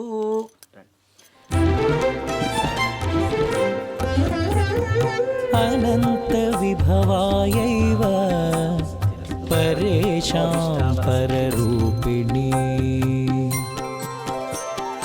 అనంత విభవాయైవ పరేషాం పరరూపిణి. శివపుత్రాయ దేవాయ గుహాగ్రజాయ తే నమః. గుహాగ్రజాయ తే నమః. వినాయక స్వామి దేవత పరిపూర్ణ అనుగ్రహ ప్రసాద సిద్ధిరస్తు. అమ్మా సంపూర్ణమైంది పూజా కార్యక్రమం. ఓకే, థ్యాంక్ యూ గురుగారు. లాస్ట్లో ఒక చిన్న సందేహం. చెప్పండి. మనం కలశం అయితే పెట్టలేదు, చాలామంది కలశం పెడుతుంటారు, ఇంట్లో అయినా సరే కమ్యూనిటీలో చేసినా సరే, మరి పెట్టాలా వద్దా? అసలు గణపతికి ఎక్కడా కూడా కలశ పూజ లేదు, కలశ ఆవాహన అనేటువంటిది లేదు. ఓకే, ఏదైనా ఈ మంటపాలలో చేస్తుంటారు కదా, అలాంటి చోట కూడా అవసరం లేదనే శాస్త్రం. కానీ ఏంటి అంటే వాళ్ళకి ఎక్కువసేపు చేయించుకోవాలని ఒక తాపత్రయంతో ఈ నవగ్రహ మండపారాధన ఈ కలశం అనేది పెడుతున్నారు. కానీ అసలైతే శాస్త్ర ప్రకారం గణపతికి ఎక్కడా కలశ ఆవాహన చేసి పూజ చేయాలనేది ఏ శాస్త్రాల్లో కూడా, అంటే మనకి ఈ గణపతి నవరాత్రులలో భాద్రపద శుద్ధ చతుర్థి రోజు వచ్చేటువంటి వినాయక చవితి పూజలో మాత్రం ఎక్కడా లేదు. కాబట్టి కలశం పెట్టుకునేటువంటి వారి ఇష్టం, కానీ అసలైతే అక్కర్లేదనే చెప్తాం. ఓకే, ఇప్పుడు ఇది కదిలించడానికి వీలు లేదని మీరు మధ్యలో చెప్పారు కదా, మరి ఇప్పుడు పూజ సమాప్తమైంది, అయిపోయింది, ఇప్పుడు దాన్ని కదిలించుకోవచ్చు. ఓకే, అది కదిలిస్తే పూజ అయిపోయినట్టే లెక్క. ఓకే. అయితే నేను స్టార్టింగ్లో చెప్పాను ఇంట్రోలో, ఎన్ని రోజులు ఉంచాలి నవరాత్రులు అంటే? డేస్ లెక్క పెట్టాలా, నైట్లు లెక్క పెట్టాలా, ఎట్లా? ఓ మాట చెప్పాలి అంటే గణపతి నవరాత్రులు అనేటువంటిది మధ్యకాలంలో వచ్చినటువంటి విధానం, ఓకే. ఎక్కడ కూడా లేదు. ఆ, లాల్ బహదూర్ శాస్త్రి గారు ఢిల్లీలో ప్రారంభించారు ఈ గణపతి నవరాత్రులు. గణపతి నవరాత్రులు అనేటువంటిది ఎక్కడా కూడా సశాస్త్రమైనటువంటి ఇదైతే కాదు. గణపతి పూజ చేయమని చెప్పారు. 9 రాత్రులు ఉంటే గణపతి రాత్రులు అవుతాయి, నవరాత్రులు. కాబట్టి గణపతి నవరాత్రులు చేయడం అనేది ఒక ఆనవాయితీగా చేస్తున్నాం కాబట్టి దాంట్లో తప్పు లేదు. మన హిందూ ధర్మం ఇంకాస్త ఉద్భవం పునరుద్ధరణ జరుగుతుంది కాబట్టి నవరాత్రులు అంటే 9 రాత్రులు కావాలి. 10వ రోజు పొద్దున ఏదైతే ఉంటుందో ఆ రోజున ఉద్వాసన చెప్పాలి. అది కూడాను మంగళవారం శుక్రవారం కాకుండా ఉంటేనే, మంగళవారం శుక్రవారం అయితే 10 రాత్రులైనా పూజ చేసి 11వ రోజు పొద్దున తీయవచ్చు. ఇంట్లో పూజ చేసుకుంటాం. మరుసటి రోజు పొద్దున్నే శుక్రవారం కానీ మంగళవారం కానీ వచ్చింది, కానీ ఆ రోజున తీయకుండా 3వ రోజు తీసుకోవచ్చు. దాంట్లో ఏమాత్రం కూడా అభ్యంతరం లేదు. సంతోషం గురుగారు, చాలా చక్కగా జరిపించారు పూజ. అందరికీ అర్థమయ్యే రకంగా చక్కగా కథ కూడా వివరించారు, పూజా విధానం కూడా చక్కగా వివరించారు, చేశారు. ధన్యవాదాలు గురుగారు. శ్రీమాత్రే నమః. శ్రీ గురుభ్యో నమః. చూశారు కదండి పూజ అయితే ఏ రకంగా జరిగిందో. మీరందరూ కూడా ఎటువంటి సందేహం లేకుండా, నాకు తెలిసినంత వరకు నాకున్న సందేహాలు మీలో కొంతమంది కూడా ఉన్నాయని అనుకుంటున్నాను. ఆ సందేహాలు కొంతవరకు నివృత్తి అయ్యాయని అనుకుంటున్నాను. మీరందరూ చక్కగా ఈ వీడియో ఆన్ చేసి పెట్టుకొని ఎవరికి వాళ్ళు పూజ చేసుకోవచ్చు. అందరికీ మరొకసారి వినాయక చవితి శుభాకాంక్షలు.